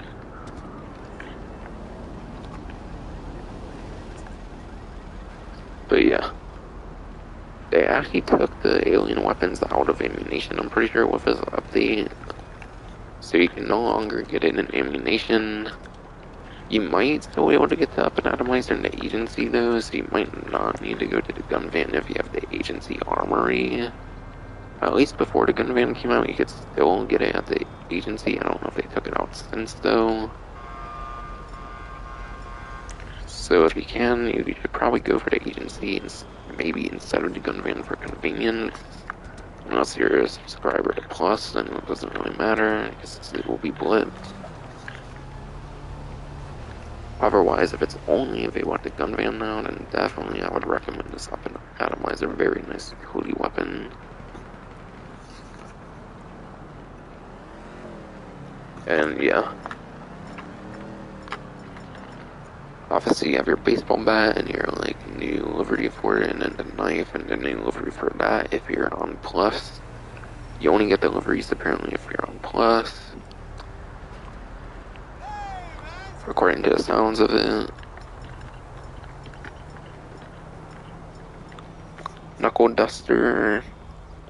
You can find that over at the gun van as well. Thing already has a lot of liveries for melee weapons, so I'm pretty sure there's no livery for that, obviously. Otherwise it would have been on the subscription thing, so there's most definitely no livery for that. But the knuckle duster is the one like melee weapon that actually had good livery support.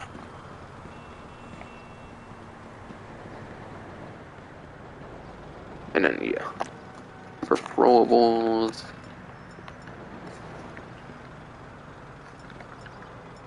yeah,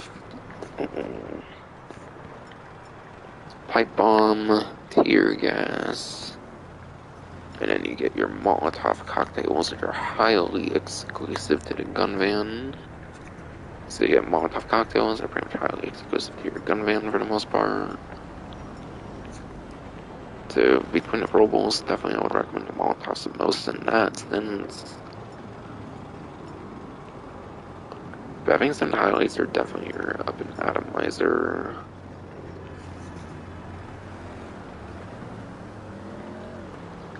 Up and atomizer, and then the two melee weapons with their liveries if you're on plus. And yeah, you can still get the railgun. It's having some very nice selections this time. Maybe not as good as like the combat shotgun from last week though. Having the combat shotgun for like the first time, not having to go to like Caprico to find it and whatnot, I think that was definitely better last week with the introductory week, having the combat shotgun without having to get it at Caprico. So this week's not as good as the last week, but there's still some kind of nice selection with the up and atomizer that you cannot get ammunition anymore as of Drug Wars. That's cool as well, to be fair.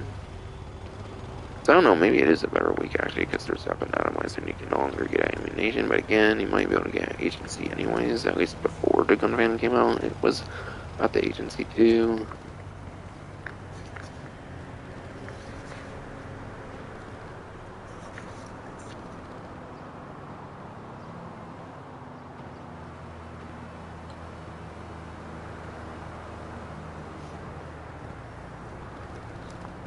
But yeah, I think I'll do the regular time trial and then I'll talk some couple remaining discounts left, a couple few remaining discounts left. And then I'll do the other time trial maybe after I talk about those that I want to do. Again, I'm not the RCBN though, I'm not a big fan of those, it hasn't been obvious.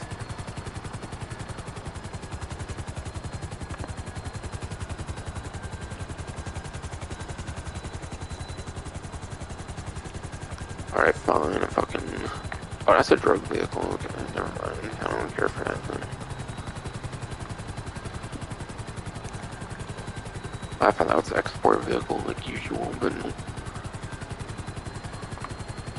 glad it's not, to be honest.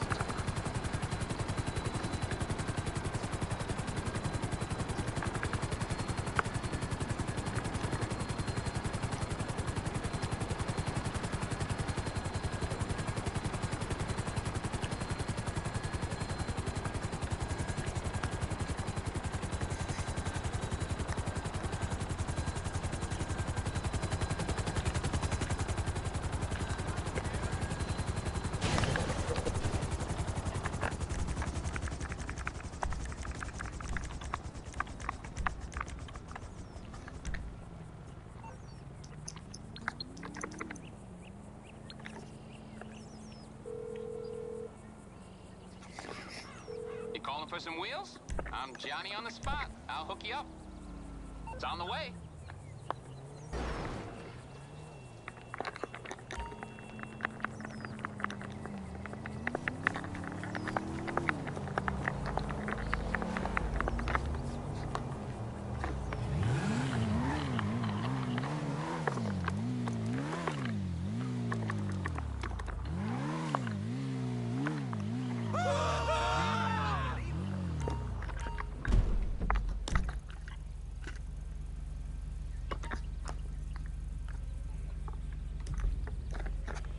Okay, yeah, I don't see any reason the GPS route wouldn't be good here. I think the GPS route will be good here.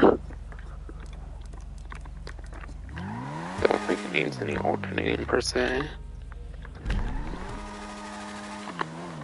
Altering per se.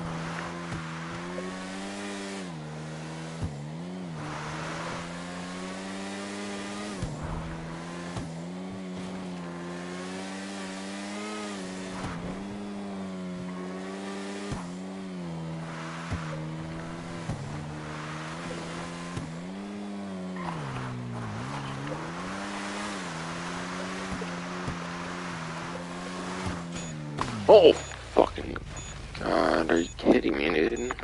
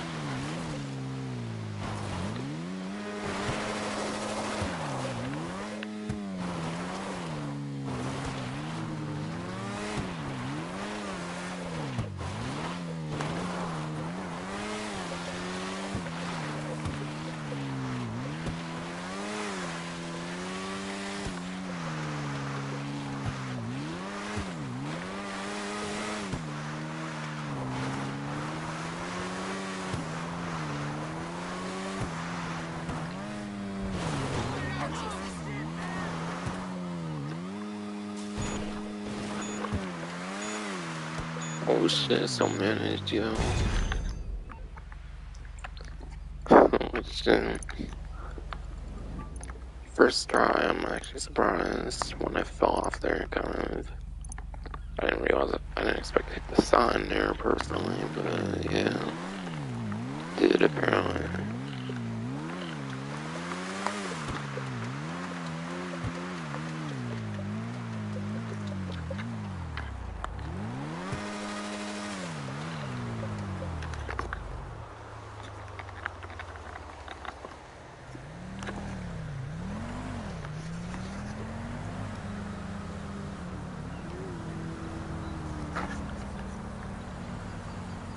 But yeah.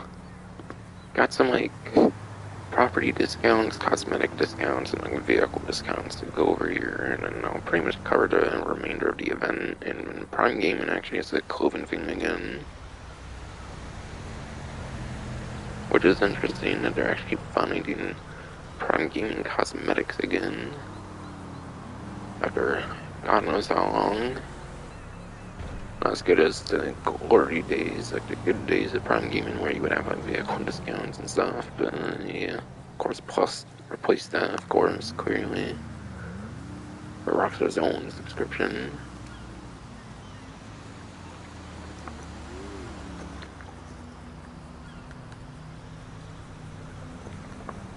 I'll actually start with some of the cosmetic ones here. I'm not going to show much for it, obviously, but it's on the newswire if people want to verify or anything.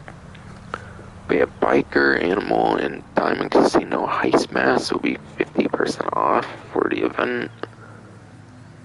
So if you want some very certain types of masks, then those will be 50% off. Animal makes sense, obviously, to go along with the, like, animals of, like, the Lunar New Year going on right now. So that makes sense for Lunar New Year, but Animal one's 50% off. And yeah, in addition, there's Biker and Diamond Casino, I guess, for more offerings.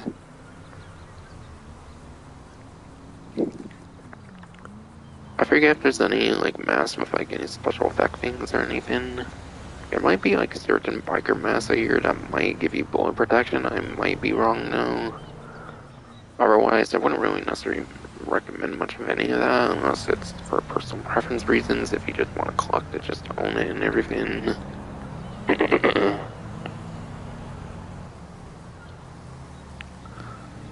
Executive Office, and then upgrades and modifications will both be 30% off, so I'll show those. I didn't even notice there was a fire thing going on until now. But that's interesting. That would actually be on Dynasty Executive, it's right, it's on the Maze Bank. So yeah, 30% off of like 4 million, whatever year.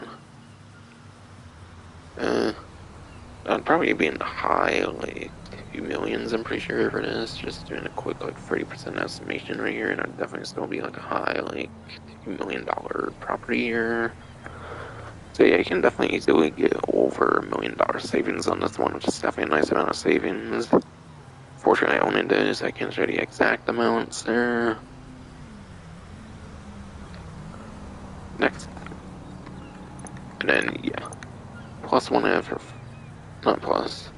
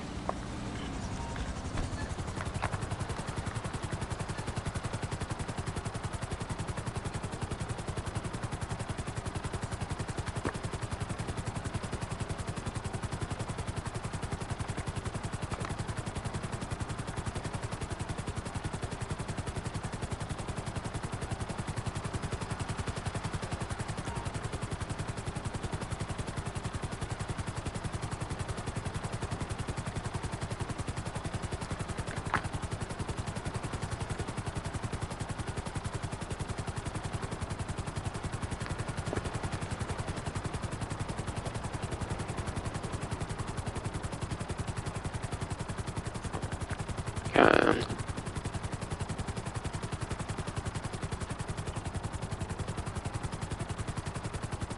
Suddenly I'm having someone in my hella fucking way again, of course. For so long of it not happening, surprisingly.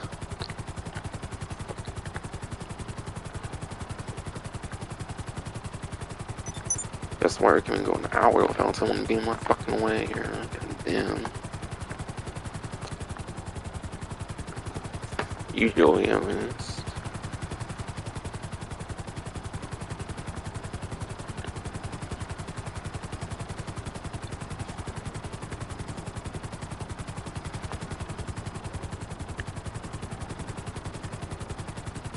So we'll go over to just every time I'm not talk about the rest of it, because someone's really having to be in my fucking way constantly.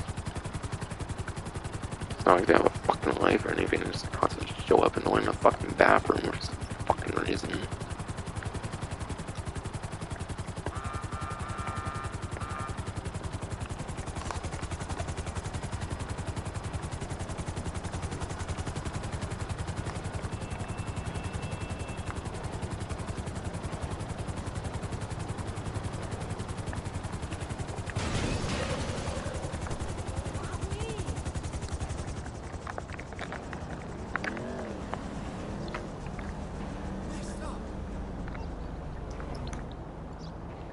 Anyways, here, hopefully I'm not getting rudely interrupted again. Rudely fucking interrupted there, yeah.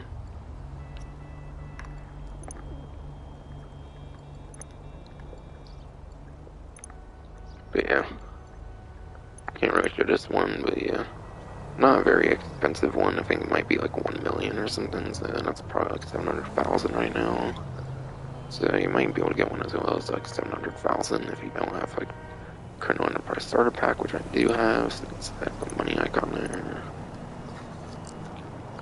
Bail on Bank West.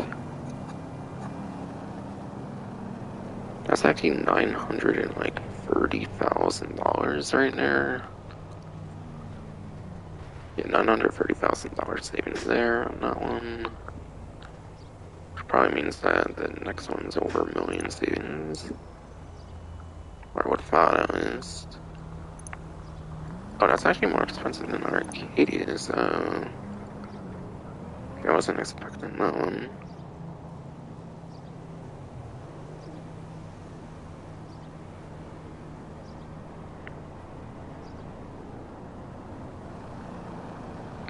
Looks like almost $700,000 off on that one. But yeah, like $930,000 off on this one. So if you want over $1 million savings, you need this one. If you want savings to be over $1 million for some reason, it's definitely like high $2 million on a 30%. Still, I'm certain on it. Cannot show it as I own it though. But yeah, any office location really could be pretty decent. I don't know, having the high building for a maze bank is kind of nice when you spawn a helicopter though, I feel for sure though. I feel the office is one of those where you definitely more so want the more expensive location, not like the most even playing field compared to some other properties, certainly, I feel, in comparison.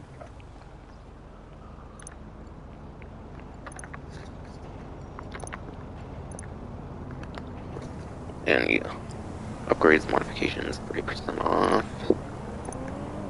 Got the decor, personnel, organization name, gun locker. This was the first gun locker in the whole entire game, so it's the very original gun locker, which is pretty cool. But yeah, there's so many damn gun lockers in this game anymore, so not the most necessary if you don't want to have all of them. Only super worth it if you want all the different gun lockers. I know like the nightclub I think is a free gun locker. The gun locker is actually complimentary, like free with the nightclub. So if you have a nightclub, it's kind of pointless to buy this gun locker, I feel. And yeah, only too useful if you don't want a like cluttered weapon wheel.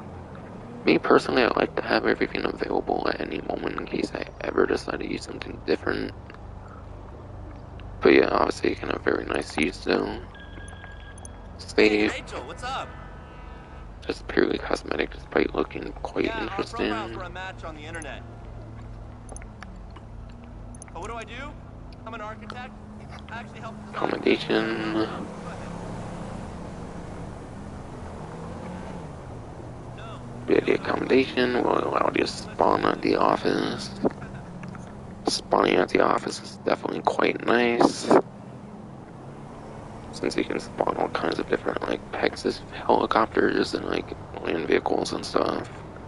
Like I think you could spawn like the turret limo for like a more interesting land vehicle.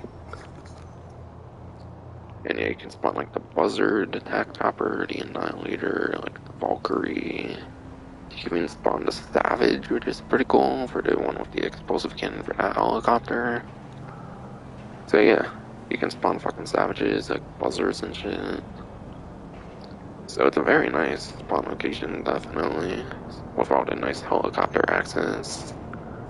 Like, yeah, there was the agency that came out afterwards, but that's limited to, like, non-weaponized helicopters. You can't even, like, spawn a Buzzard at the agency. So I think the office is definitely still one of your better, like, spawn locations, to be honest. It's a very nice spawn location.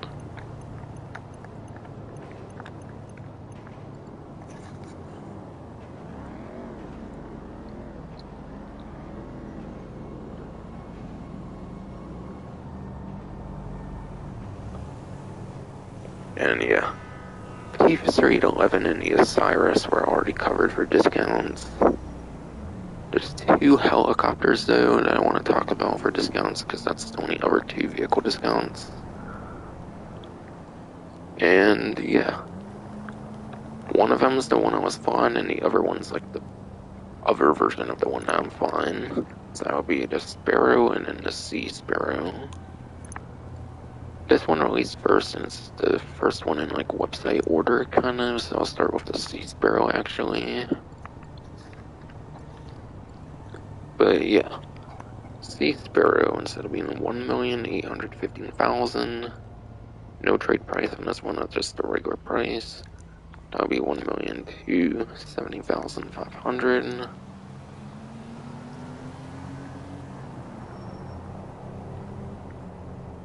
You're getting a little under $550,000 in savings, it looks like. A little under $550,000.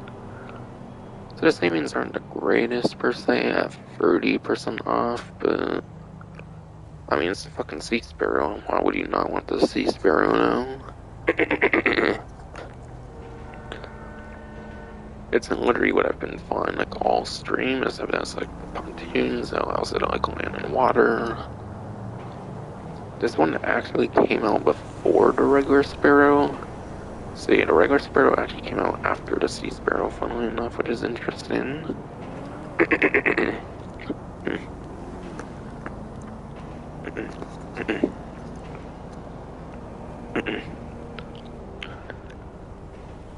And yeah, Just like your regular Sparrow, you have the choice of machine gun or missiles.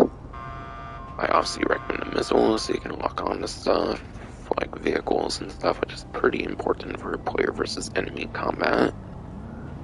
And also player versus player. Machine guns would have a very niche use on the helicopter, definitely. Since you can only choose one over the other, I definitely recommend the missiles. Missiles have no cooldown, which is nice, so you can spam the missiles. Having the pontoons makes it not as quick. This one does have like engine upgrades and like handling upgrades and stuff, but even with the upgrades, it's not as quick as the newer like regular Sparrow that I've been found around.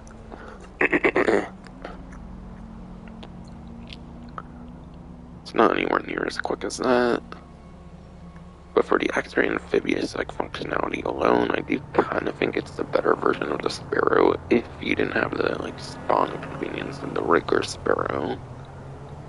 Since it's tied to the personal aircraft menu, I think it's like a 5-minute cooldown on it.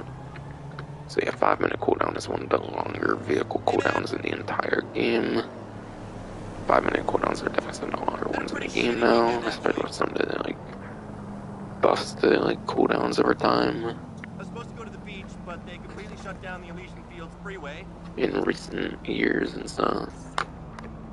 No, all the surface roads were fucked because of it. But yeah.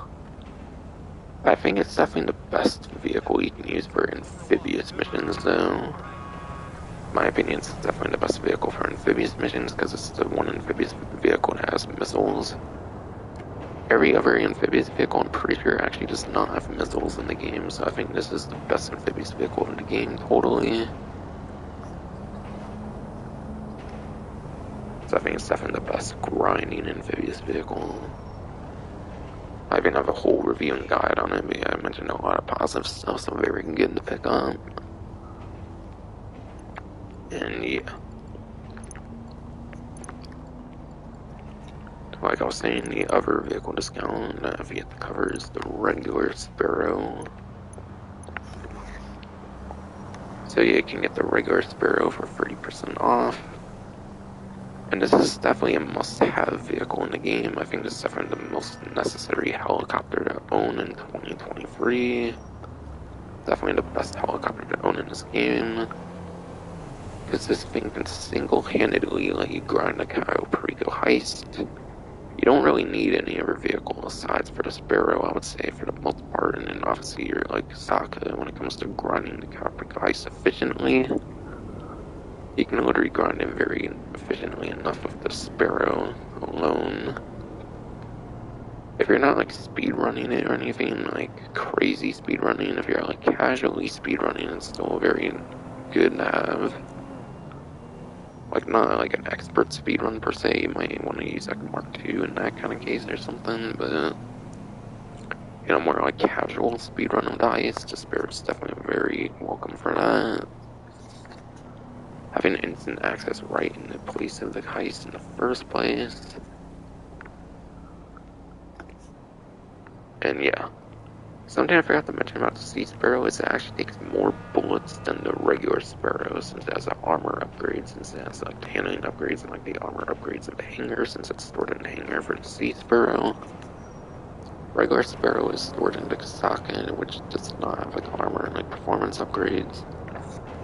So yeah, the Sparrow is a lot more fragile, but the regular Sparrow is definitely a lot more like spawn convenience and everything. So therefore, I do think it is actually a better like Sparrow in the game because it's a 2-minute cooldown instead of 5-minute cooldown. It's a 2-minute cooldown for this helicopter. Very nice.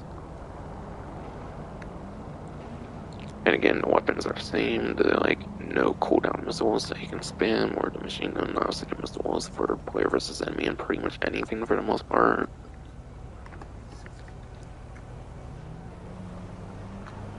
But only has weapon respray, and then they actually recently added countermeasures to the regular Sparrow, but not the Sea Sparrow. So yeah, they made it better for player versus player as well. So yeah, as of the Criminal Enterprise DLC, you can actually use the countermeasures. You can either use flares, which I don't recommend because flares, someone can literally just spam like 2 missiles and then the flares will be kinda useless. For a helicopter, I do not recommend flares because you can literally just spam 2 missiles against the vehicle, like a helicopter using flares, and you'll pretty much easily kill it. You definitely want the chaff. You definitely want the chaff on it.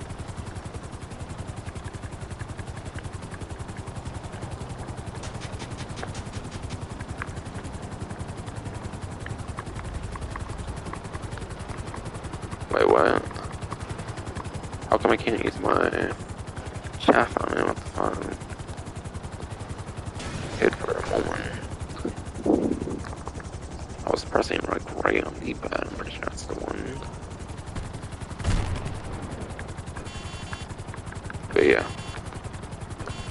Something that says overseas sparrow for player versus player situations, or if you're not wanting to get griefed by another player in a public lobby, again, you have these.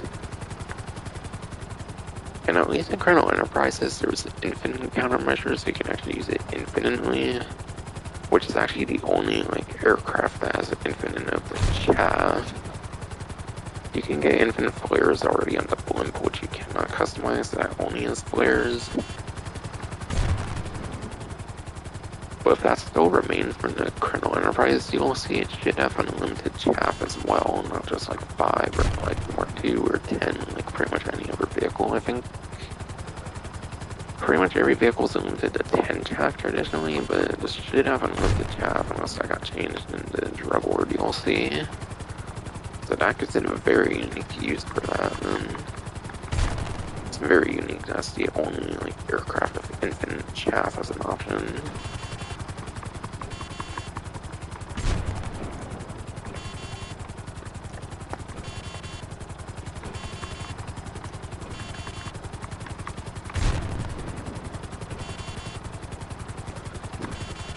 And I'm trying to see if it has like 11 here. That's what I'm trying to do here. I think that's like 9 so far. I'm trying to see if they changed it or not, since I'm not going to talk about it for the discount here. So if I get to use one more here, I think it'll be 11, and I think that confirms that it would still have infinite. Alright, yeah, it still has infinite. It looks like I'm in chaff. That's pretty nice. So yeah, I think it's the only vehicle that has infinite chaff, in addition to flares. But flares, the blimp has infinite anyways, though. Pegasus vehicle. Vehicles, even because the auto delivery is on.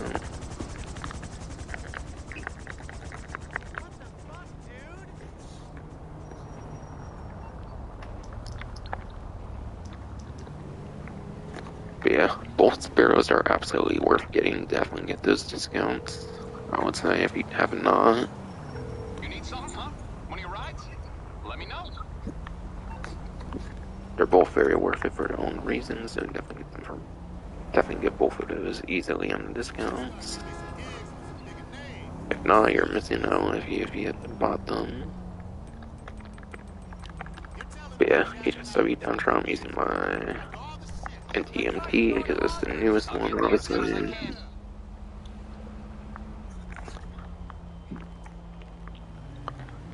But I'm using NTMT because it's obviously the newest HSW vehicle here.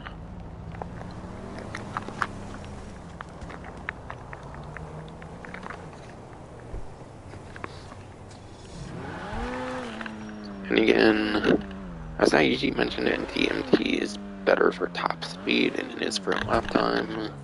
Because it's basically a copy-paste into the XXR, apparently. It's basically a better version of the XXR, which is already very good for top speed, but not good for lap time. But HSW, I think it's in like the 10s or 20s for lap time. That's pretty terrible lap time, though, unfortunately. Thankfully, HSW time trials usually want top speed, though, and not lap time, though, so that's pretty good, though. For HSW time trial, at least. But even then, I'm pretty sure your Deficit 8 HSW supercar was good top speed before. It's actually better than this one. But again, I'm only using it because it's the newest one. Once I get through all the time trials of the newest one here, then I'll change the vehicle up, obviously, though. Like I usually do.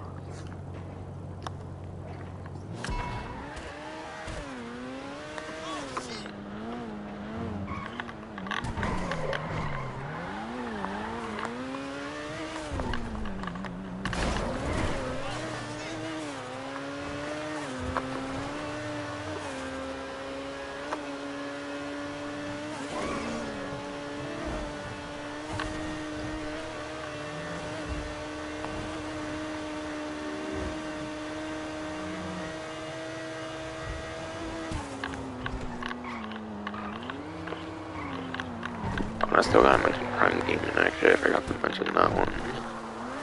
But I'll do it when I'm done with this or something. Or I fail it or something. Just a little clothing thing to describe, nothing too significant because I don't have Prime Gaming anymore. Haven't had it for a while now again.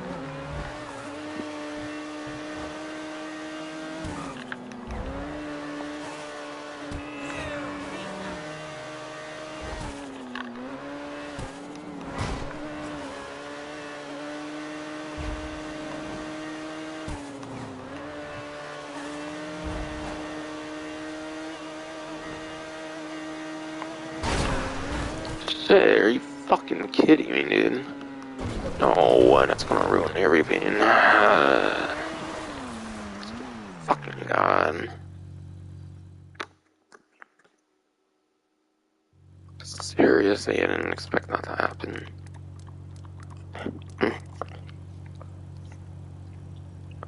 But anyways, I forgot to mention Prime Gaming. It's not like clothing thing. Until now. But yeah.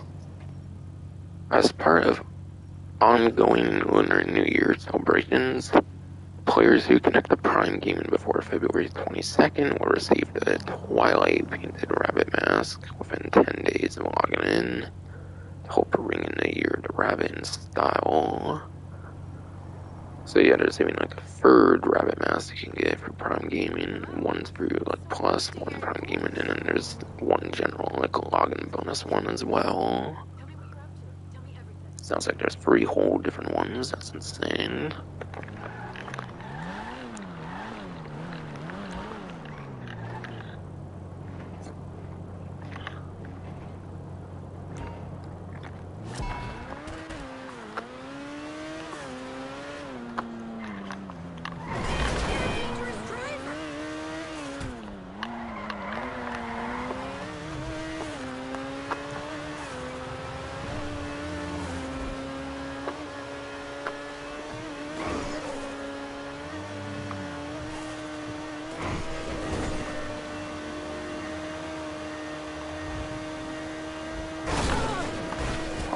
Motherfucker, why am I not having good runs right now? God damn it.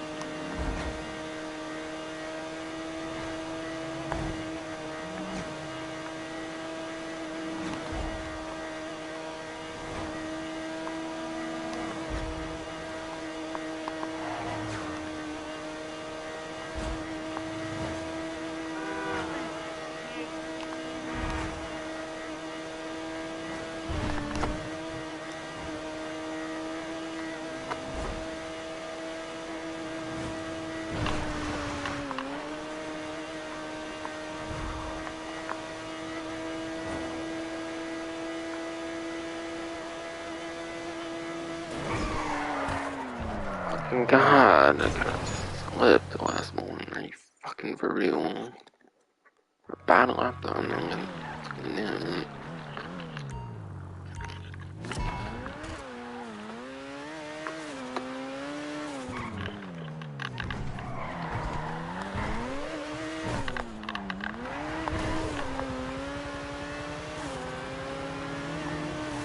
What if I should actually go to the other side of the highway and just try to get on this thing without maybe I have to go to a ramp or whatever? I don't know. Something like that might be good to do. I'm gonna try maybe something like that, yes.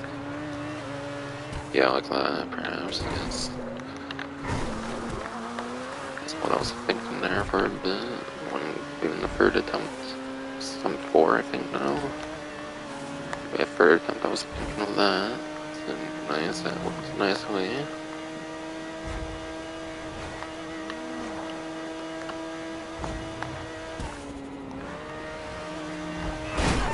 Ah, my god, until now, of course. Fucking game, what a bitch.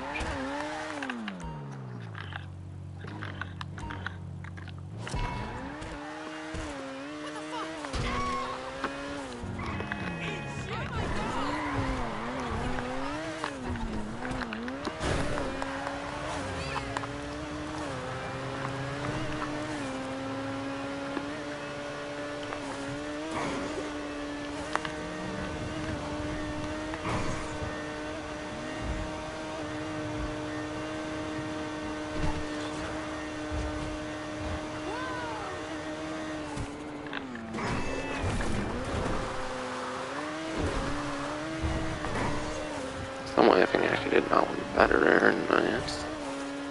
Hopefully Tom 5 is the one now, I swear to fucking god, better be down.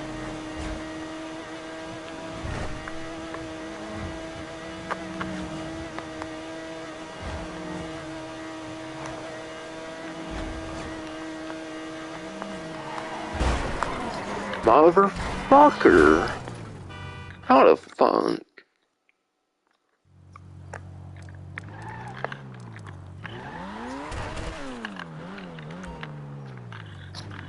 That was bullshit. I'm not commentating anymore, this is ridiculous.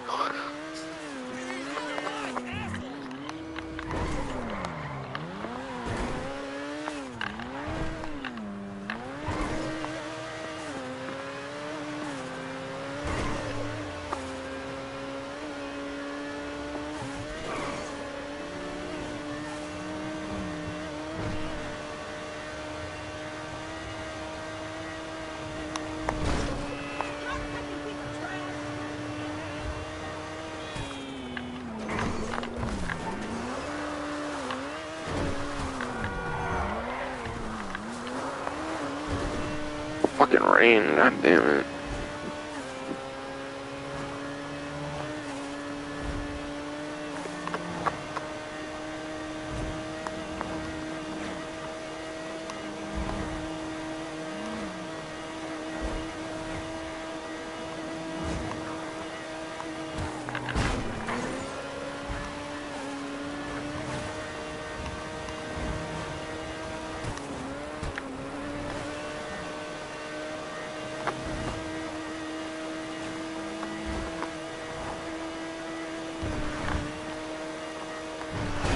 Motherfucker, how? What the fuck with this fucking game? This is stupid, and it's so random every fucking time.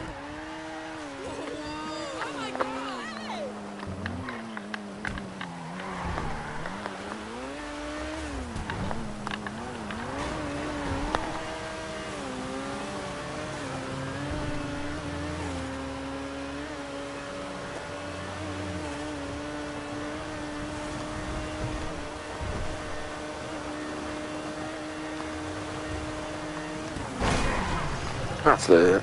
I'm gonna just respawn this vehicle. This is ridiculous.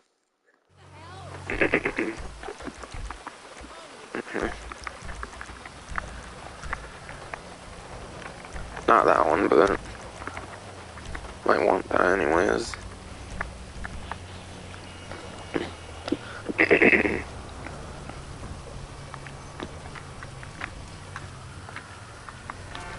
Please tell me you finished up for 4 fucking hours of fucking game.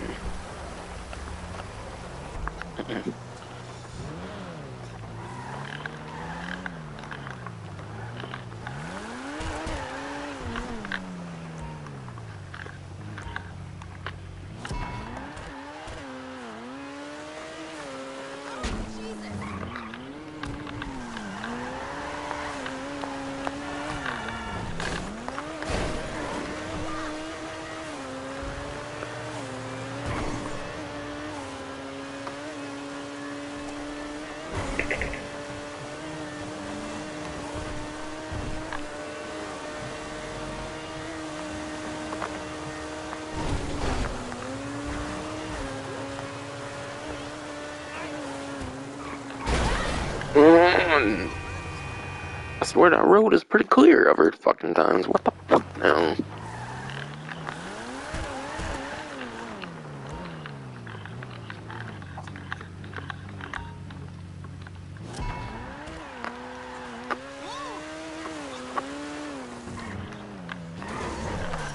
Wow.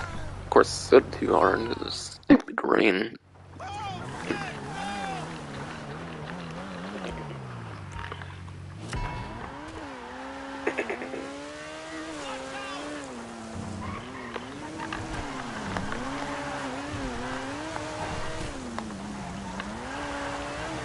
I'm gonna try here. Why the fuck not?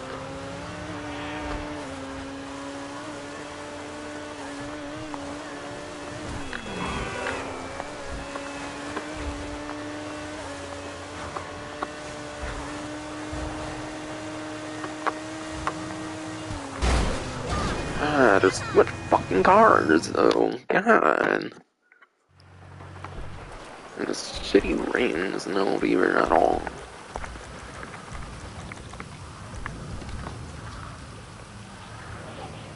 I don't know why I'm having such a hard time on this shitty one. It's just lap time.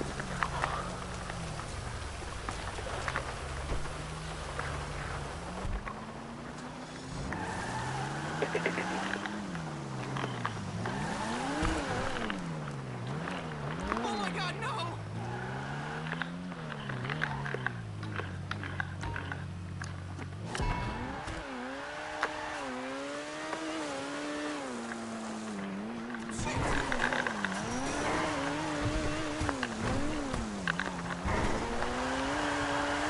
I'm just going this way on fucking again. See, I can make you rain all the fucking time.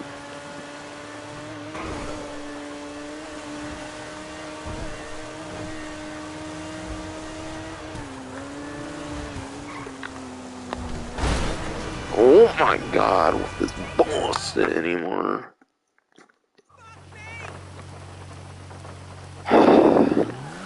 Why am I so unlucky anymore? What the hell? Damn this game.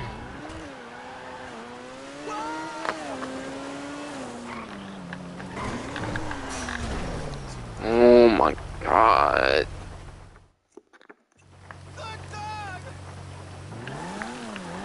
Find the games in this fucking shitty vehicle anymore. It's so stupid. It's this shitty rain.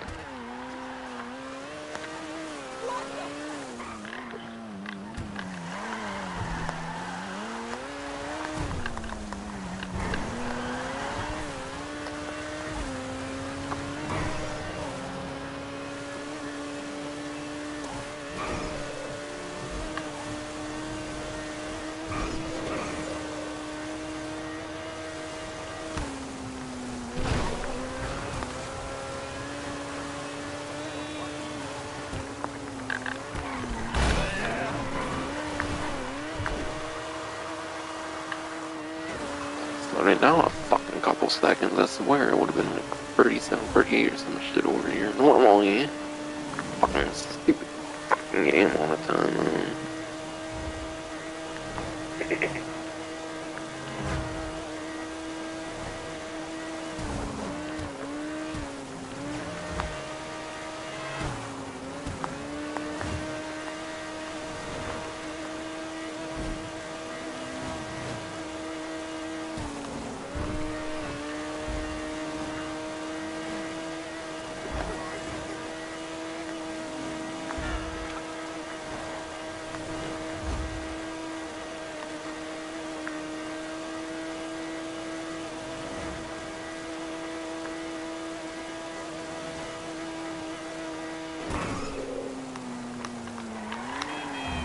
God, are you serious? Oh my god. What the fuck? Shitty rain. Oh my god.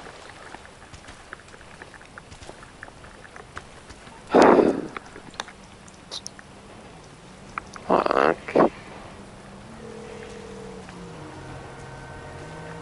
Force Mutual Insurance. How can we help you? I can do that. Ah, this game is really fucking.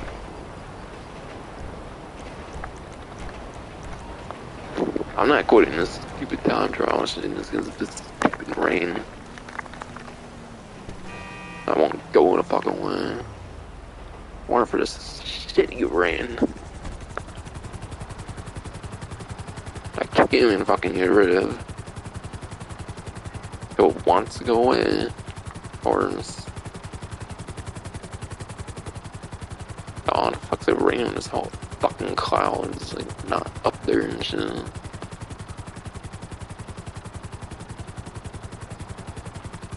There's not like clouds over my ass. It's raining somehow. What the fuck?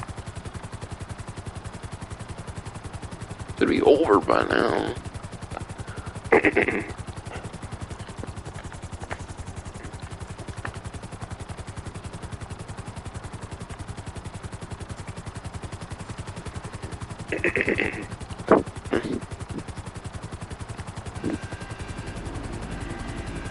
It's raining and if there's a fucking vehicle in the fucking way. Of course.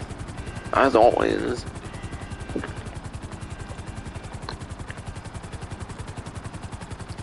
Of course, this stupid fucking vehicle in the way is fucking always. Fuck this shit again.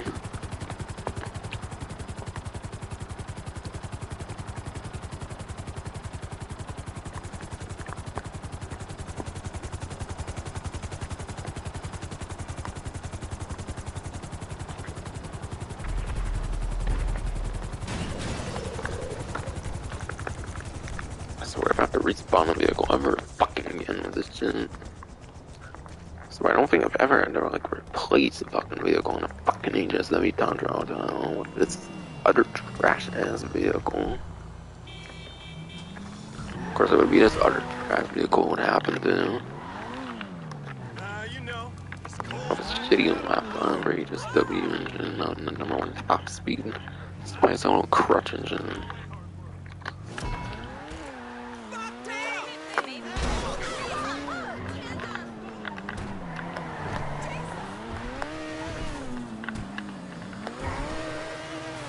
Trying this way again, fucking honestly.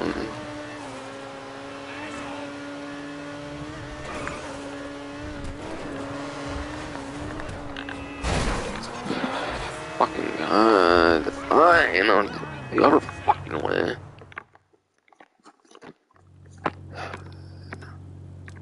Never trying to even move this shitty game anymore. Hey! Slow down! Something ain't right.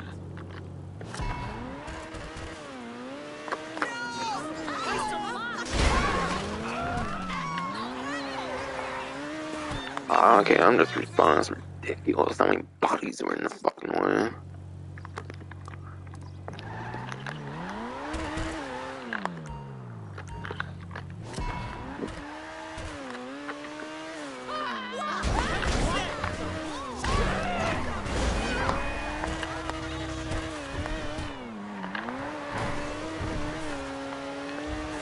I swear this better go good.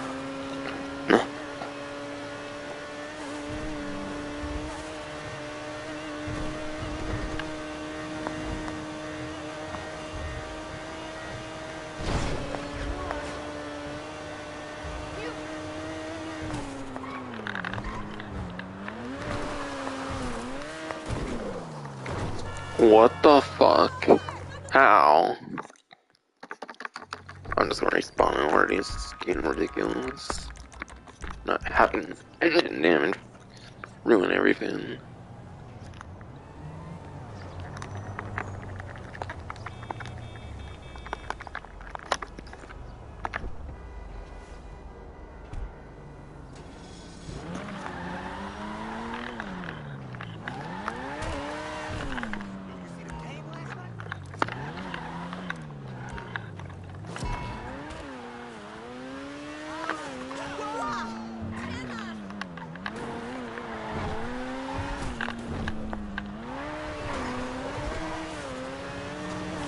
One's fucking orange.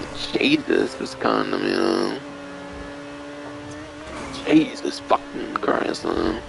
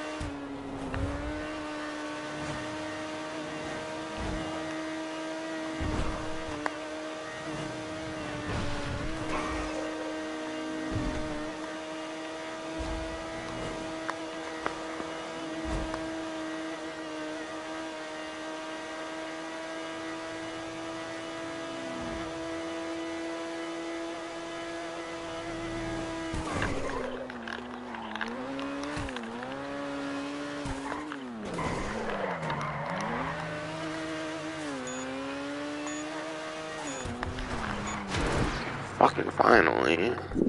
About fucking time. That's shitty rain and no every other bullshit happened.